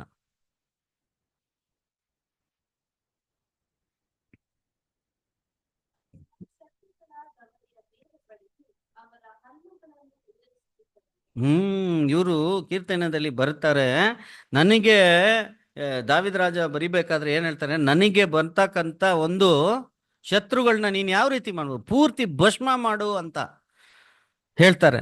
ಆ ಎಲುಗೆ ಕೋಟ್ ಮಾಡಿ ಹೇಳ್ತಾರೆ, ಪೂರ್ತಿ ಭಸ್ಮ ಮಾಡೋದಕ್ಕೆ ಬ್ರೋಕನ್ ಟೀತ್ಗೆ ಹೋಲಿಕೆ ಮಾಡ್ತಾರೆ. Symbolic meaning, spiritual meaning. Okay, ಅದಕ್ಕೆ ಈ ಈ ಟೀತ್ ನಮ್ದು ಹೇಗೆ ಇರಬೇಕು ಅಂತ ಹೇಳಿದ್ರೆ, ಒಡೆದೋಗಿದೆ ಇರೋ ಕರೆಕ್ಟಾಗಿ ಅರೇಂಜ್ಡ್ ಆಗಿ ಇರಬೇಕು. ಯಾಕಂತ ಹೇಳಿದ್ರೆ ನಾವು ಇವಾಗ ಯಾರು? ನಾವೆಲ್ಲ ಜೀವಮಾನದ ಜೊತೆಗಾರರು. ಯಾರಿಗೆ? ಯೇಸು ಸ್ವಾಮಿಗೆ ಜೀವಮಾನದ ಜೊತೆಗಾರರು. ಮನವಾಟಿ ಆಗ್ಬೇಕಾದ್ರೆ, ಮದ್ವೆಗ ಆಗ್ಬೇಕಾದ್ರೆ ಫಸ್ಟು ದೇವರ ಮುಂದೆ ಬಂದು ಯಾರು ನಿಂತ್ಕೊಳ್ಳೋದು? ಯಾರು ನಿಂತ್ಕೋಬೇಕು? ಬ್ರೈಡ್ ಗ್ರೂಮ ಮದಲಿಂಗಾನೆ. ಅವರೇ ಬಂದು ನಿಂತ್ಕೊಂಡಿರ್ತಾನೆ, ಕಾಯ್ತಾ ಇರ್ಬೇಕು ಅವನು. ಯಾರು ಆಮೇಲೆ ಬರೋದು? ಯಾರು? ಹೆಂಗಿರ್ತಾರೆ ಅವರು? ಬರ್ತಾ ಇರ್ಬೇಕಾದ್ರೆ ಸಾಧಾರಣವಾಗಿರ್ತಾರೆ. ಡ್ರೆಸ್ಸಿಂಗ್ ವೈಟ್ ಗೌನ್ ನೋಡಿ, ಇದೆಲ್ಲ ಒಂದು ಬ್ಯೂಟಿಫುಲ್ ಆಗಿ ಒಂದು ವಿಷಯ. ಮ್ಯಾರೇಜ್ ಅಲ್ಲಿ ನೋಡ್ತಕ್ಕಂಥ ವಿಷಯಗಳು. White represent purity. She is pure ಎಲ್ಲ. ಓಕೆ, ಯಾಕಂತ ಹೇಳಿದ್ರೆ ಜೀವಮಾನದ ಜೊತೆಗಾರನಾಗಿ ಬರ್ತಾರೆ. She is very pure and she is dressed with beauty. ಒಂದು ಅಲಂಕಾರ ಮಾಡಿದಕ್ಕಂಥದ್ದು ಬ್ಯೂಟಿಫುಲ್ ಆಗಿರ್ತಾರೆ. And she wants to impress her husband. ಅವಾಗ ಒಬ್ಬಳೇ ಬರ್ತಾರಾ? ಜೊತೆಯಲ್ಲಿ ಎಲ್ಲರನ್ನ ಕರ್ಕೊಂಡು ಬರ್ತಾರೆ. That is the most privilege time for the bride. ಅಲ್ಲಿ ತಗೊಂಡ್ಬಂದಿದ ತಕ್ಷಣ ಆ ಪ್ಲೇಸ್ ಅಲ್ಲಿ ಬಂದ್ಬಿಟ್ಟು ಇವ್ರು ಒಬ್ಬನೇ ಬಿಟ್ಟು ಮಿಕ್ಕಿದ್ದು ಅವರೆಲ್ಲ ಹೋಗ್ತಾರೆ. ಹೋಗಿದ ನಂತರ ಏನಾಗುತ್ತಾರೆ? Full face is covered with veil. Beautiful ಅದು. ಅವಾಗ ಅದಕ್ಕೆ ಅಧಿಕಾರ ಯಾರಿಗಿದೆ ಅಂತ ಹೇಳಿದ್ರೆ ಹಸ್ಬೆಂಡ್ಗೆ. You want to see the beauty of bride, he opens the veil. Open ಮಾಡಿದ ತಕ್ಷಣ ಲಕ್ಷಣವಾಗಿರ್ತಕ್ಕಂಥ ಸುಂದರವಾದ ಮುಖವನ್ನು ನೋಡ್ತಾ ಇದ್ದಾನೆ. He will be very happy. Always the husband wants beautiful wife. So ಅದಕ್ಕೆ ರೆಡಿ ಮಾಡಿ ಎಲ್ಲ ಮಾಡಿ, all dressing, eyebrows, eyelashes ಇದ್ದು, ಲಿಪ್ಸ್ಟಿಕ್ಸು ಎಲ್ಲ ಹಾಕೊಂಡು ಬಂದು ನಿಂತ್ಕೊಂಡು ನೋಡಿದ ತಕ್ಷಣ ಅಷ್ಟು ಸಂತೋಷವಾಗಿರ್ಬೇಕಾದ್ರೆ ಈ ವೈಫ್ ಏನ್ ಮಾಡ್ತಾರೆ? ಇದು ಏನದು ಮೊದಲಗಿತಿ ಒಂದು ಸ್ಮೈಲ್ ಮಾಡಿದ ತಕ್ಷಣ ಅಲ್ಲೆಲ್ಲ ಹೊಡೆದೋಗ್ಬಿಟ್ಟಿದ್ರೆ ಏನಾಗ್ತಾ ಇತ್ತು? Very dangerous. ನಮ್ಗೆ ಅದು ನಾಚಿಕೆ ಆಗುತ್ತೆ. But that is how it is. Reject ಮಾಡ್ತಾನೆ ಅವನ ಮೇಲೆ. ನೀನು ಎಷ್ಟು ಸುಂದರವಾಗಿದ್ರೂ ಅಷ್ಟೇ, ಇದು ಹೋಗ್ಬಿಟ್ಟಿದ್ರೆ. ಸೊ ಅದಕ್ಕೆ ಭಾರಿ ಸೂಕ್ಷ್ಮತೆಯಿಂದ ನಾವು ಇರಬೇಕು. ನಮ್ಮ ಯೇಸು ಸ್ವಾಮಿಗೆ, ಮೊದಲಿಂಗನಿಗೆ ನಾವು ಮೊದಲಗತಿಯಾಗಿರ್ಬೇಕಾದ್ರೆ ಎವ್ರಿಥಿಂಗ್ ಶುಡ್ ಬಿ ಅಪ್ಪರ್. ಇಲ್ಲ, ಇನ್ನರ್ ಇಸ್ ವೆರಿ ಬ್ಯೂಟಿಫುಲ್. ಅದಕ್ಕೆ ಹೋಲಿಕೆ ಯಾರಿಗೆ ಮಾಡ್ತಾರೆ? ರೆಬೆಕಾ ಮಾಡ್ತಾರೆ. ಯಾವ ರೀತಿಯಾಗಿ ಅವ್ರ ಕಷ್ಟದಲ್ಲೂ ಅನಂತರ ಪ್ರಯಾಣದಲ್ಲೂ ಏನ್ ಮಾಡ್ತಾ ಇದ್ರು? ಅವ್ರನ್ನ ತಯಾರು ಮಾಡಿಸ್ಕೊಂಡು ಬಂದ್ರು. ಹಾರ್ಟ್ ಕಂಡೀಷನ್ ಅದನ್ನೇ ನೋಡ್ತಾರೆ ಯೇಸು ಸ್ವಾಮಿ. ಔಟ್ವರ್ಡ್ಲಿ ಅಪಿಯರೆನ್ಸ್ ನೋಡಲ್ಲ. ದೇವರು ಕೂಡ ಔಟ್ವರ್ಡ್ ಅಪಿಯರೆನ್ಸ್. ನೀವು ಎಷ್ಟೇ ಕಲರ್ಫುಲ್ಲು, ಎಷ್ಟೇ ಇದು ಮಾಡ್ಕೊಂಡ್ರೆ the white represent purity. Inside ಪ್ಯೂರಿಟಿನ ನೋಡೋದು. ಅದಕ್ಕೆ ನಮಗೆ ಏನು ಅಂತ ಹೇಳಿದ್ರೆ, ನಾವು ನೂತನ ಸೃಷ್ಟಿಯಾಗಿ ಈ ಮೊದಲಗಿತ್ತಿಯಾಗಿ ಇರಬೇಕಾದ್ರೆ ನಮ್ಮ ಇಂಟರ್ನಲ್ ಪ್ಯೂರಿಟಿಗೆ ಬಗ್ಗೆ ಬಹಳಷ್ಟು ಗಮನ ಕೊಡಬೇಕು. ಯಾಕಂತ ಹೇಳಿದ್ರೆ ಅದು ಎಲ್ಲ ಈ ಮೂಳೆ ಮುರಿದೋದ್ರೆ ಸರಿ ಆಗಕ್ಕೆ ಚಾನ್ಸಸ್ ಇದೆ, ಆದ್ರೆ ಹಲ್ಲು ಮುರಿದೋದ್ರೆ ಚಾನ್ಸಸ್ ಇಲ್ಲ. ಆ ಹಲ್ಲು ಮುರಿದೋಗಿದ್ರೆ ಅಕಸ್ಮಾತ್ ಆಗಿ that is going to be the end. So ಅದು ಬಿಡೋಣ. ಇವಾಗ ತಿರ್ಗಾ ಮೂಳೆಗೆ ಬರೋಣ. ಸೊ ನಾವು ಹಲ್ಲು ಮುರಿದೇ ಇರುವ ವಿಷಯವನ್ನು ಗಮನಕ್ಕೆ ತುಂಬಾ ತಗೊಂಡ್ಬರ್ಬೇಕು. ಇವಾಗ ಈ ಮೂಳೆ ಮುರಿಯೋ ವಿಷಯಕ್ಕೆ ಬರೋಣ. ಮೂಳೆ ಮುರಿಯೋಕ್ಕಂತ ಸಂಭವಗಳು ನಮ್ಮ ಲೈಫಲ್ಲಿ ಆಗುತ್ತೆ, ನೂತನ ಸೃಷ್ಟಿಗಾಗುತ್ತೆ, ಲೋಕದಲ್ಲಿ ಇರೋರ್ಗೂ ಆಗುತ್ತೆ. ಆದ್ರೆ ಅದನ್ನ ಸರಿಪಡಿಸೋದಿಕ್ಕೆ, ಗುಣಪಡಿಸುವುದಕ್ಕೆ ಏನ್ ಮಾಡ್ಬೇಕಂತ ಹೇಳಿದ್ರೆ ಅವಾಗನೇ ಈ ಸ್ಪಿರಿಚುವಲ್ ರೆಸ್ಟೋರೇಷನ್ ಅದಕ್ಕೆ ಬೇಕು. ಅದನ್ನೇ ನಮ್ಮ ಪಾಠಕ್ಕೆ ಅದು ಸಬ್ಜೆಕ್ಟ್ ಹೆಸರು ಬಂದ್ಬಿಟ್ಟು ಹೀಲಿಂಗ್ ಅಂಡ್ ಸ್ಪಿರಿಚುವಲ್ ರೆಸ್ಟೋರೇಷನ್. ಗುಣಪಡಿಸುವುದು ಮತ್ತು ಆಧ್ಯಾತ್ಮಿಕವಾದ ಪುನಃಸ್ಥಾಪನೆ. ಆಧ್ಯಾತ್ಮಿಕ ಸ್ಪಿರಿಚುವಲ್ ಆಗಿ ಪುನರ್ಸ್ಥಾಪನೆ ಆಗ್ಬೇಕಾದ್ರೆ ನಾವ್ ಏನ್ ಮಾಡ್ಬೇಕು ಅಂತ ಹೇಳಿದ್ರೆ ಯಾವಾಗ್ಲೂ ಯೇಸು ಸ್ವಾಮಿ ಜೊತೆಯಲ್ಲೇ ಇದ್ರೆ ಆ ಫ್ರಾಕ್ಚರ್ ಏನಾಗ್ಬೇಕು, ಒಂದು ಸ್ಪ್ಲಿಂಟ್ ಹಾಕಿ ಟೈಟಾಗಿ ಕಟ್ಟಿದ್ರೆ ಅದಕ್ಕಷ್ಟೇ ಅದೇನಾಗುತ್ತೆ. ಸೊ ಆ ಫ್ರಾಕ್ಚರ್ಗೆ ಆಗ್ತಕ್ಕಂಥ ಇದು ಆಗ್ತಾರಲ್ಲ, what is that, plaster of Paris ಆಗ್ತಾರೆ. ಈಗಿನ ಕಾಲದಲ್ಲಿ ಸ್ಪ್ಲಿಂಟ್ ಹಾಕಿ ಕಟ್ತಾರೆ. ಆ ಸ್ಪ್ಲಿಂಟ್ ಯಾರು ಅಂತ ಹೇಳಿದ್ರೆ ನಮಗೆ ಯೇಸು ಸ್ವಾಮಿನೇ. ಯೋವಾನ 15ನೇ ಅಧ್ಯಾಯ 6ನೇ ವಚನ ಓದೋಣ ನೋಡಿ. ಯೋವಾನ ಬರೆದ ಸುವಾರ್ತೆ 15ನೇ ಅಧ್ಯಾಯ 6ನೇ ವಚನ. ಯಾವನು ನನ್ನಲ್ಲಿ ನೆಲೆಗೊಂಡಿರುವುದಿಲ್ಲವೋ ಅವನು ಆ ಕೊಂಬೆಯಂತೆ ಹೊರಕ್ಕೆ ಬಿಸಾಡಲ್ಪಟ್ಟು ಒಣಗಿ ಹೋಗುವನು. ಅಂತ ಕೊಂಬೆಗಳನ್ನು ಕೂಡಿಸಿ ಬೆಂಕಿಯಲ್ಲಿ ಹಾಕುತ್ತಾರೆ, ಅವು ಸುಟ್ಟು ಹೋಗುತ್ತವೆ. ಸೊ ಬೆಂಕಿಯಲ್ಲಿ ಹಾಕದೆ ಇರೋಕೆ ನಾವೇನ್ ಮಾಡ್ಬೇಕು? ಕೊಂಬೆ ಯಾವ ರೀತಿ? ಕೊಂಬೆ ಏನಾಗಿರ್ಬೇಕು? ನೆಲೆಗೊಂಡಿರ್ಬೇಕು, ಯಾವಾಗ್ಲೂ ಅಟ್ಯಾಚ್ಡ್ ಆಗಿರ್ಬೇಕು. ಯಾವ್ದಕ್ಕೆ? ಮೇನ್ ಬ್ರಾಂಚಿಗೆ. ಓಕೆ, ಕೀರ್ತನೆ 51:8, 51ನೇ ಅಧ್ಯಾಯ 8ನೇ ವಚನ. ನನ್ನಲ್ಲಿ ಸಂಭ್ರಮೋತ್ಸವದ ಧ್ವನಿ ಉಂಟಾಗುವಂತೆ ಮಾಡು, ಆಗ ನೀನು ಜಜ್ಜಿದ ಎಲುಬುಗಳು ಆನಂದ ಪಡುವವು. ಯಾರು ಬರೆಯೋದು? ಯಾರು ಬರ್ದಿದ್ದನ್ನ? ದಾವೀದ್ ರಾಜ ಬರ್ದಿದ್ದು. ಯಾಕಂದ್ರೆ ದೇವ್ರು ಇವ್ರನ್ನ ಏನ್ ಮಾಡಿದ್ರು? ಏನು ನಾವು ಹಲ್ಲನ್ನು ಜಜ್ಲಿಲ್ಲ, ಎಲುವುಗಳನ್ನು ಜಜ್ಜಿಸ್ಬೇಕಾದ್ರೆ ಇವ್ರು ಕೇಳ್ತಾರೆ, ತಿರ್ಗಾ ನನ್ಗೊಂದು ಅವಕಾಶ ಮಾಡ್ಕೊಡಿ, ತಿರ್ಗಾ ಈ ಎಲುವುಗಳು ತಿರ್ಗಾ ಹೀಲಿಂಗ್ ಪ್ರಾಸೆಸ್. ಯಾಕಂದ್ರೆ ಇದು ಆಗುತ್ತೆ, ನಾನು ನಿನ್ ಜೊತೆಲಿ ಇದ್ರೆ ಆಗುತ್ತೆ ಅನ್ಬ ವಿಷಯ ಅವರು ಹೇಳಿ ಹರಕೆ ಇಡ್ತಾರೆ ಅಂತ ಹೇಳಿದ್ರೆ ಬ್ಯೂಟಿಫುಲ್ ಆದ ಕೀರ್ತನೆ ಅಂದ್ರೆ 51ನೇ ಕೀರ್ತನೆ. ನಮಗೂ ಅದು ಏನಾಗುತ್ತೆ ಅಂತ ಹೇಳಿದ್ರೆ ಭಾರಿ ಹೋಳಿಕೆ ಆಗುತ್ತೆ. ನಮ್ಮ ಲೈಫಲ್ಲೂ ತಪ್ಪು ಮಾಡಿದ್ರೆ, ಆ ಎಳುವುಗಳು ಜಜ್ಜಿದ್ರೆ ಅದು ಪುನರ್ ಸರಿ ಮಾಡಿಸೋದಿಕ್ಕೆ ಯಾರ ಹತ್ರನೇ ಹೋಗ್ಬೇಕು. ನಾವು ಹೋಗಿ ಯಾವ ರೀತಿ ಪ್ಯಾಟರ್ನ್ ಫಾಲೋ ಅಪ್ ಮಾಡಬೇಕು? ಈ ದಾವೀದ್ ರಾಜ ಏನ್ ಮಾಡಿದ್ರು ಅದೇ ಪ್ಯಾಟರ್ನ್ನೇ ನಾವು ಫಾಲೋ ಅಪ್ ಮಾಡಬೇಕು. ಫಸ್ಟ್ ಏನ್ ಮಾಡಿದ್ರು? ತಲೆ ತಗ್ಗಿಸ್ಕೊಂಡ್ರು, ನಾನು ಪಾಪಿ ಅಂತ ಹೇಳಿದ್ರು. ಎಂತ ಪಾಪಿ ಅಂತ ಹೇಳಿ ತಗ್ಗಿಸ್ಕೊಂಡು ಆಮೇಲೆ ಏನ್ ಕೇಳ್ತಾರೆ ಅಂತ ಹೇಳಿದ್ರೆ ಫರ್ಗಿವ್ನೆಸ್ ಕೇಳ್ತಾ ಇದ್ದಾರೆ. ಫರ್ಗಿವ್ನೆಸ್ ಕೇಳ್ಬೇಕಾದ್ರೂ ಏನ್ ಮಾಡ್ತಾರೆ? ಅವ್ರಿಗೆ ನನ್ನನ್ನೆಲ್ಲ ನೀನ್ ಸರಿಪಡಿಸ್ಬೋದು, ನನ್ನ ಹೃದಯ ಇದೆಯಲ್ಲ, ಅಯ್ಯೋ ಅದು ಅಷ್ಟು ಕರಪ್ಟ್ ಆಗಿದೆ, ನಾನು ಎಂತ ನೀಚ, ಹೋಗಿ ಒಬ್ಬಳನ್ನ ನಾನು ತಗೊಂಡ್ಬಿಟ್ಟೆ, ಅವು ಇನ್ನೊಬ್ಬನ ಕೊಲೆ ಮಾಡ್ಬಿಟ್ಟೆ. ಎಂತ ಹೃದಯ ಇದು ಸರಿಪಡ್ಸಕ್ ಆಗಲ್ಲ, ಕಿತ್ತು ಎಸ್ದಾಕಿ ಹೊಸದನ್ನು ಮಾಡು ಅಂತಾರೆ. ನೀವು ಕೀರ್ತನದಲ್ಲಿ 51 ಓದ್ಕೊಂಡು ಹೋದ್ರೆ ನನಗೆ ಒಂದು ಹೊಸ ಹೃದಯನು ಉತ್ಪತ್ತಿ ಮಾಡಿ. ಯಾಕಂದ್ರೆ ಇವ್ರಿಗೆ ಗೊತ್ತು, ಇವರು ಹೊಸ ಹೃದಯನ ಉತ್ಪತ್ತಿ ಮಾಡೋದಿಕ್ಕೆ ದೇವ್ರಿಗೆ ಮಾತ್ರನೇ ಅದು ಸಾಧ್ಯವಾಗಿತ್ತು ಎಂಬ ವಿಷಯನ ತಗೊಂಬಂದು ಏನ್ ಮಾಡ್ತಾರೆ? ನನಗೆ ನೋಡಿ, ಅದರಲ್ಲಿ ಕೆಲವೊಂದು ವಚನಗಳನ್ನು ಓದೋಣ. 7ನೇ ವಚನ ಓದಿ. 51 ಕೀರ್ತನೆ 51:7. ಹಿಸ್ಸೋಪ್ ಗಿಡದ ಬಲನಿಂದ ನೀರನ್ನು ಚಿಮುಕಿಸಿಯೋ ಎಂಬಂತೆ ನನ್ನ ಅಶುದ್ಧತ್ವವನ್ನು ತೆಗೆದು ಬಿಡು, ಆಗ ಶುದ್ಧನಾಗಿರುವೆನು. ನಮ್ಮ ಇದ್ರಲ್ಲಿ ಕೂಡ ಅಶುದ್ಧತೆ ತೆಗೆದಾಕೋದಿಕ್ಕೆ ನಮ್ಮ ದೇವರ ಹತ್ರ ಹೋದ್ರೆ ಕ್ಲೆನ್ಸಿಂಗ್ ಪ್ರಾಸೆಸ್ ಆಗೋದೇ ಯಾವ ರೀತಿ? ಇದೊಂದು ಕ್ಲೆನ್ಸಿಂಗ್ ಪ್ರಾಸೆಸ್.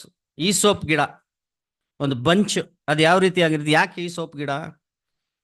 ಅದು ಏನ್ ಮಾಡ್ತಾರೆ? ಈ ಸೋಪ್ ಗಿಡದಿಂದ ಹೈ ಪ್ರೀಸ್ಟ್ ಯಾಜಕರು ಏನ್ ಮಾಡ್ತಾರೆ? ಯಾರು ಪಾಪ ಮಾಡಿರ್ತಾರೋ ಅವ್ರಿಗೆ ಏನ್ ಮಾಡ್ತಾರೆ? ಈ ಸೋಪ್ ಗಿಡ ಇದನ್ನ ಸ್ವಲ್ಪ ತಿನ್ನು ಅಂತ ಕೊಡ್ತಾರ? ಚಿಮುಕ್ಸ್ಬೇಕು. ಏನ್ ಚಿಮುಕ್ಸ್ಬೇಕು? ನೀರ್ ಮಾತ್ರನಾ? ಆ ಬಲಿ ಕೊಟ್ಟಿರ್ತಕ್ಕಂಥ ಪ್ರಾಣಿದ ರಕ್ತನೂ ಅದರೊಳಗಡೆ ಇರುತ್ತೆ. ಅದನ್ನ ಚಿಮುಕ್ಸ್ಬೇಕು. ನಮಗೆ ನೀರು ಅಂದ್ರೆ ಏನು, ರಕ್ತ ಅಂದ್ರೆ ಏನು, ಯಾರ್ದು ನೀರು, ಯಾರ್ದು ರಕ್ತ? ಯೇಸು ಸ್ವಾಮಿ ಹೇಳಿದ್ರಲ್ಲ, ನಾನೇ I am the living water, drink of me you will never thirst. Yesu Swami ಕೊಡ್ತಿರುವ ಆ ಸತ್ಯ ವಚನಗಳ ಮೂಲಕನೇ ಶುದ್ಧೀಕರಣ ಆಗೋದು. ಆಮೇಲೆ ರಕ್ತ ಬಂದಿರೋದು ಯೇಸು ಸ್ವಾಮಿ ರಕ್ತ. ಅದೆರಡು ಮಿಕ್ಸ್ ಮಾಡಿ ಈ ಸೋಪ್ ಗಿಡ ಅದ್ದಿದ್ರೆ ಮಾತ್ರ ಏನಾಗುತ್ತೆ, ಈ ಸೋಪ್ ಗಿಡ ಬಂದ್ಬಿಟ್ಟು ದೇವ್ರು ಇದಕ್ಕಂತಾನೇ ಮಾಡಿರುವಕ್ಕಂತ ಒಂದು ಗಿಡವಾಗಿದೆ ಅಂತ ಹೇಳ್ತಾರೆ ಕೆಲವೊಬ್ರು. ಯಾಕಂದ್ರೆ ಅದು ಕೊತ್ತಂಬರಿ ಬಂಚ್ ತರ ಇರುತ್ತೆ, ಕೊತ್ತಂಬರಿ ಕಟ್ಟು ಬರುತ್ತಲ್ಲ ಅದೇ ರೀತಿಯಾಗಿದೆ. ಕೊತ್ತಂಬರಿ ಕಟ್ಟನ್ನ ನಾವು ಒಂದು ಬಕೆಟ್ ನೀರಲ್ಲಿ ಹಾಕಿ ಹಿಂಗೆ ತೆಗೆದ್ರೆ ಏನಾಗುತ್ತೆ, ನೀರೆಲ್ಲ ಸುರಿದು ಹೋಗ್ಬಿಡುತ್ತೆ.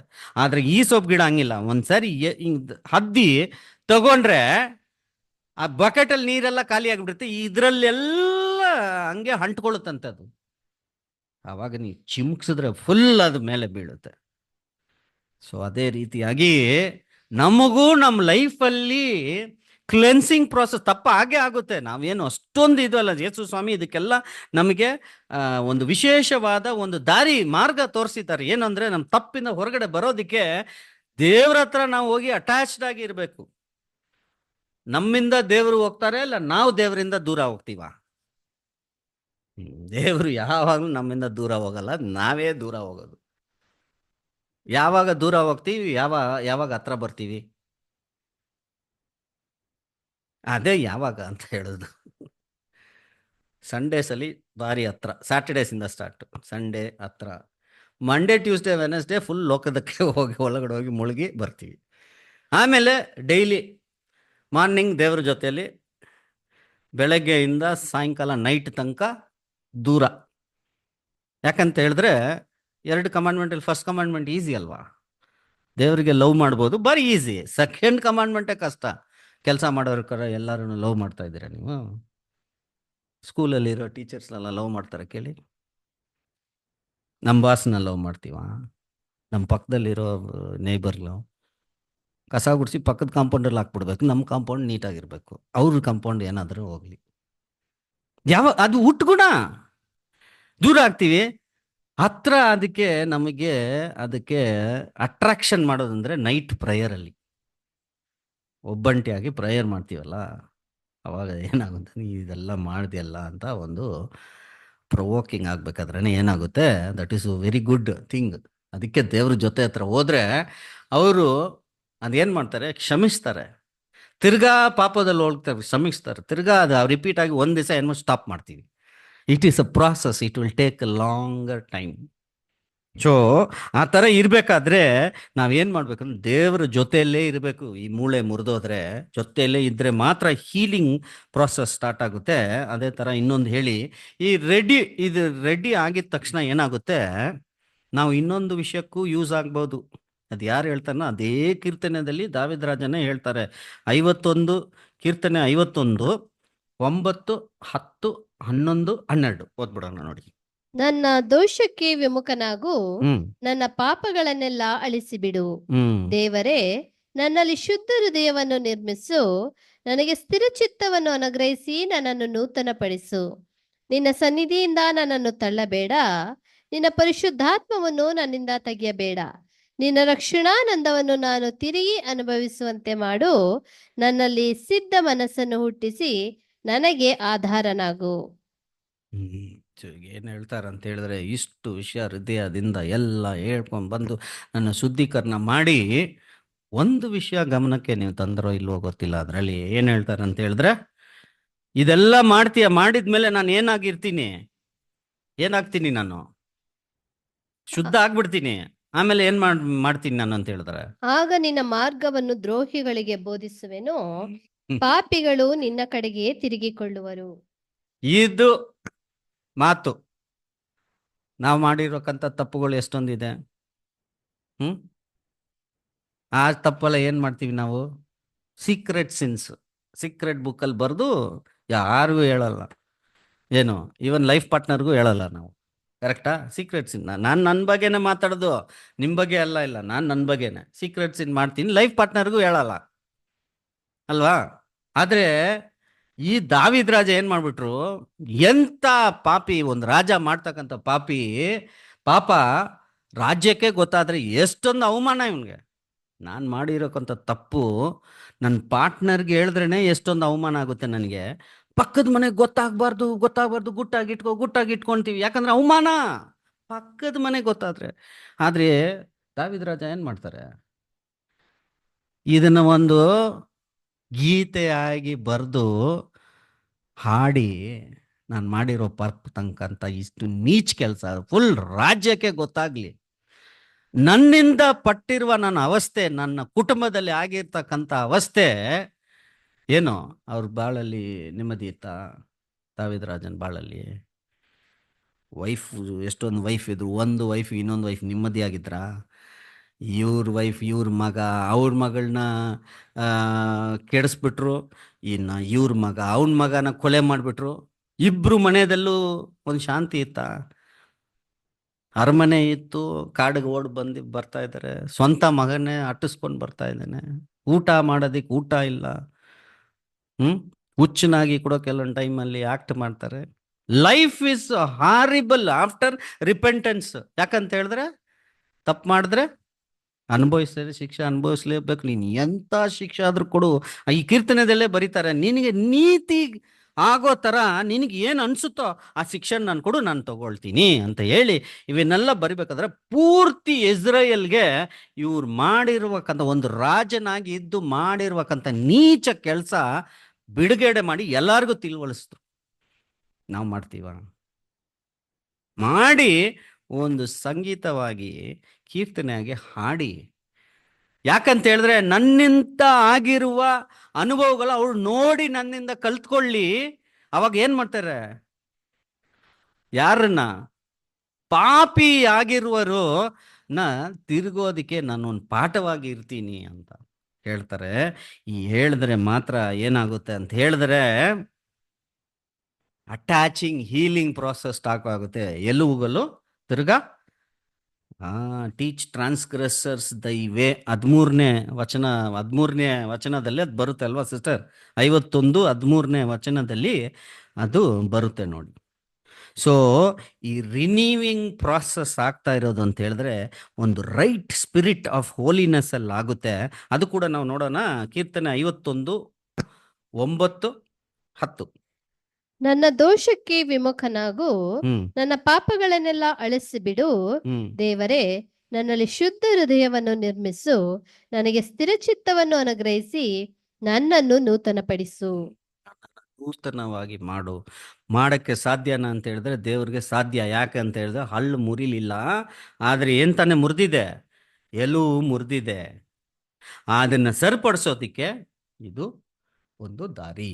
ಆದ್ರೆ ಯೇಸು ಸ್ವಾಮಿ ಇದು ಎಲುಬುಗಳು ಕೂಡ ಅದು ಎಂತ ಕುರಿಮರಿ, ಅದು ದೇವರಿಗೆ ಒಂದೇ ಮಗನಾದ ಯೇಸು ಸ್ವಾಮಿ ಒಂದು ಈಡು ಬಲಿಗೆ ಇಟ್ಟಿರ್ತಕ್ಕಂಥ ಕುರಿಮರಿ. ಇದು ಒಂದು ಎಲುಬು ಕೂಡ ಮುರಿದಿಲ್ಲ. ಅಷ್ಟು ಪ್ಯೂರಿಟಿ, ಪರ್ಫೆಕ್ಷನ್. ಹಸ್ಬೆಂಡ್ ನಾವು ಹೇಗಿದ್ರು ರೆಡಿ ಮಾಡಿಸ್ಕೊಂಡು ಅಲ್ಲಿ ಹೋಗ್ಬೋದು, ಬಟ್ ಹಲ್ಲು ಮುರಿದೇ ಇರೋ ಥರ ನಾವು ನೋಡ್ಕೋಬೇಕು. ಸೊ ನೆಕ್ಸ್ಟ್ ನೋಡೋಣ, ಪ್ರಾವರ್ಬ್ಸ್, ಪ್ರಲಾಪ 3ನೇ ಅಧ್ಯಾಯ 7-8. ಸಾರಿ, ಜ್ಞಾನೋಕ್ತಿ 3ನೇ ಅಧ್ಯಾಯ 7-8. ನೀನೇ ಬುದ್ಧಿವಂತನು ಎಂದೆಣಿಸದೆ ಯೆಹೋವನಿಗೆ ಭಯಪಟ್ಟು ಕೆಟ್ಟದನ್ನು ತೊರೆದು ಬಿಡು. ಇದರಿಂದ ನಿನ್ನ ದೇಹಕ್ಕೆ ಆರೋಗ್ಯವು, ಎಲುಬುಗಳಿಗೆ ಸಾರವೂ ಉಂಟಾಗುವವು. ಸಿಂಪಲ್.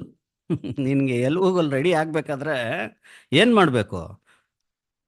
ಭಯ ಪಟ್ಟು ಅವ್ರ ಜೊತೆಲೆ ಅಂಟ್ಕೊಂಡಿದ್ರೆ ಮಾತ್ರ ಹೀಲಿಂಗ್ ಪ್ರಾಸೆಸ್ ಆಗುತ್ತೆ. ಕೀರ್ತನೆ 63:1.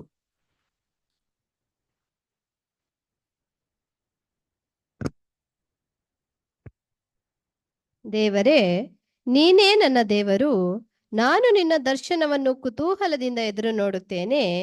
ನೀರಿಲ್ಲದೆ ಒಣಗಿದ ಭೂಮಿಯಲ್ಲಿದ್ದವನು ನೀರಿಗಾಗಿಯೋ ಎಂಬಂತೆ ನನ್ನ ಆತ್ಮವು ನಿನಗಾಗಿ ಆತುರಗೊಳ್ಳುತ್ತದೆ, ಶರೀರವು ಕಂದಿ ಹೋಗುತ್ತದೆ. ದೇವರು ಇಲ್ದೇ ಇರೋ ಲೈಫು ಯಾವ ರೀತಿಯಾಗಿರುತ್ತೆ? ಒಂದು ಡ್ರೈ ಲ್ಯಾಂಡ್ ತರ ಇರುತ್ತೆ. Thirsty, dry, no water, nothing. ದೇವ್ರ ಜೊತೆಲಿದ್ರೆ ಎಲ್ಲಾನು ಇರುತ್ತೆ ಅಂತ ಹೇಳ್ತಾರೆ. ಕೀರ್ತನೆ 63:5. ಮೃಷ್ಟಾನ್ನ ಭೋಜನದಿಂದಲೋ ಎಂಬಂತೆ ನನ್ನ ಮನಸ್ಸು ಸಂತುಷ್ಟವಾಗಿರುವುದು, ನನ್ನ ಬಾಯಿ ಉತ್ಸಾಹ ಧ್ವನಿ ಮಾಡುತ್ತಾ ನಿನ್ನನ್ನು ಕೊಂಡಾಡುವುದು. ದೇವ್ರ ಜೊತೆಲಿ ಇದ್ರೆ ಯಾವ ರೀತಿಯಾಗಿರ್ತೀವಿ? ದೇವ್ರು ಇಲ್ಲ ಅಂತ ಹೇಳಿದ್ರೆ ಒಂದ್ ಮರುಭೂಮಿ ತರ. ದೇವ್ರು ನಮ್ ಜೊತೆಲಿದ್ರೆ ಫುಲ್ ಹಂಗೆ ಡೆಲಿಷಿಯಸ್ ಫುಡ್ ಸಿಗ್ತಾ ಇರುತ್ತೆ ನಮಗೆ. ಆ ರೀತಿಯಾಗಿ ನಾವು ಅವ್ರ ಜೊತೆಯಲ್ಲೇ ಇರಬೇಕು. ಐಸಾಯ ಪ್ರವಾದಿ ಬರೆದಿರುವ 58ನೇ ಅಧ್ಯಾಯ 10-11.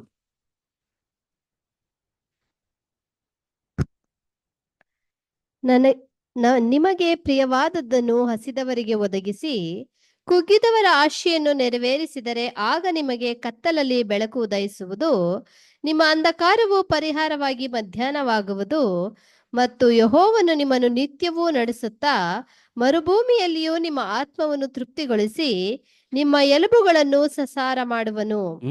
ಇಷ್ಟೇ. ಎಲುಬಿಗೆ ಹೀಲಿಂಗ್ ಪ್ರಾಸೆಸ್ ಮಾಡ್ತಕ್ಕಂಥದ್ದು ಯಾರು? ದೇವ್ರು. ಬಟ್ ಎಲ್ಲಿ ಇರಬೇಕು? ದೇವ್ರ ಜೊತೆಯಲ್ಲೇ ಇರಬೇಕು. ಯಾಕೆ ಎಲುಬು ಈಸ್ ಇಂಪಾರ್ಟೆಂಟ್ ಅಂದ್ರೆ ಅದ್ರ ಒಳಗಡೆ ಬ್ಲಡ್ ಅಲ್ಲಿ ಏನ್ ಬರುತ್ತೆ ಅಂತಂದ್ರೆ ಲೈಫ್. ತಿರ್ಗಾ ಲೈಫ್ ಬರ್ಬೇಕಾದ್ರೆ ಓನ್ ಶುಡ್ ಬಿ ಇಂಟ್ಯಾಕ್ಟ್. ಅದನ್ನೇ ವಿಷಯ ಇಷ್ಟೊಂದು ವಚನದ ಮೂಲಕ ದೇವರು ನಮ್ಮ ಜೊತೆಲಿ ಮಾತಾಡ್ತಾ ಇದ್ದಾರೆ. ಪ್ರವಾದಿ ಐಸಾಯ ಬರೆದ ಪುಸ್ತಕದಲ್ಲಿ 16ನೇ ಅಧ್ಯಾಯ 66ನೇ ಅಧ್ಯಾಯ 12, 13, 14. ಯೆಹೋವನು ಹೀಗನ್ನುತ್ತಾನೆ, ಇಗೋ, ನಾನು ಆಕೆಗೆ ಸುಖವನ್ನು ನದಿಯಂತೆ ದಯಪಾಲಿಸಿ ತುಂಬಿ ತುಳುಕುವ ತೊರೆಯನ್ನೋ ಎಂಬಂತೆ ಜನಾಂಗಗಳ ವೈಭವವನ್ನು ನೀಡುವೆನು. ನೀವು ಪಾನ ಮಾಡುವಿರಿ, ನಿಮ್ಮನ್ನು ಕಂಕುಳಲ್ಲಿ ಎತ್ತಿಕೊಂಡು ಹೋಗುವರು, ತೊಡೆಯ ಮೇಲೆ ನಲಿದಾಡಿಸುವರು. ತಾಯಿ ಮಗನನ್ನು ಸಂತೈಸುವ ಪ್ರಕಾರ ನಾನು ನಿಮ್ಮನ್ನು ಸಂತೈಸುವೆನು. ಯೆರೂಸಲೇಮಿನಲ್ಲೇ ನಿಮಗೆ ದುಃಖ ಶಮನವಾಗುವುದು. ನೀವು ಇದನ್ನು ಕಣ್ಣಾರೆ ಕಾಣುವಿರಿ. ನಿಮ್ಮ ಹೃದಯವು ಉಲ್ಲಾಸಿಸುವುದು, ನಿಮ್ಮ ಎಲುಬುಗಳು ಹಸಿ ಹುಲ್ಲಿನಂತೆ ರಸವತ್ತಾಗುವವು.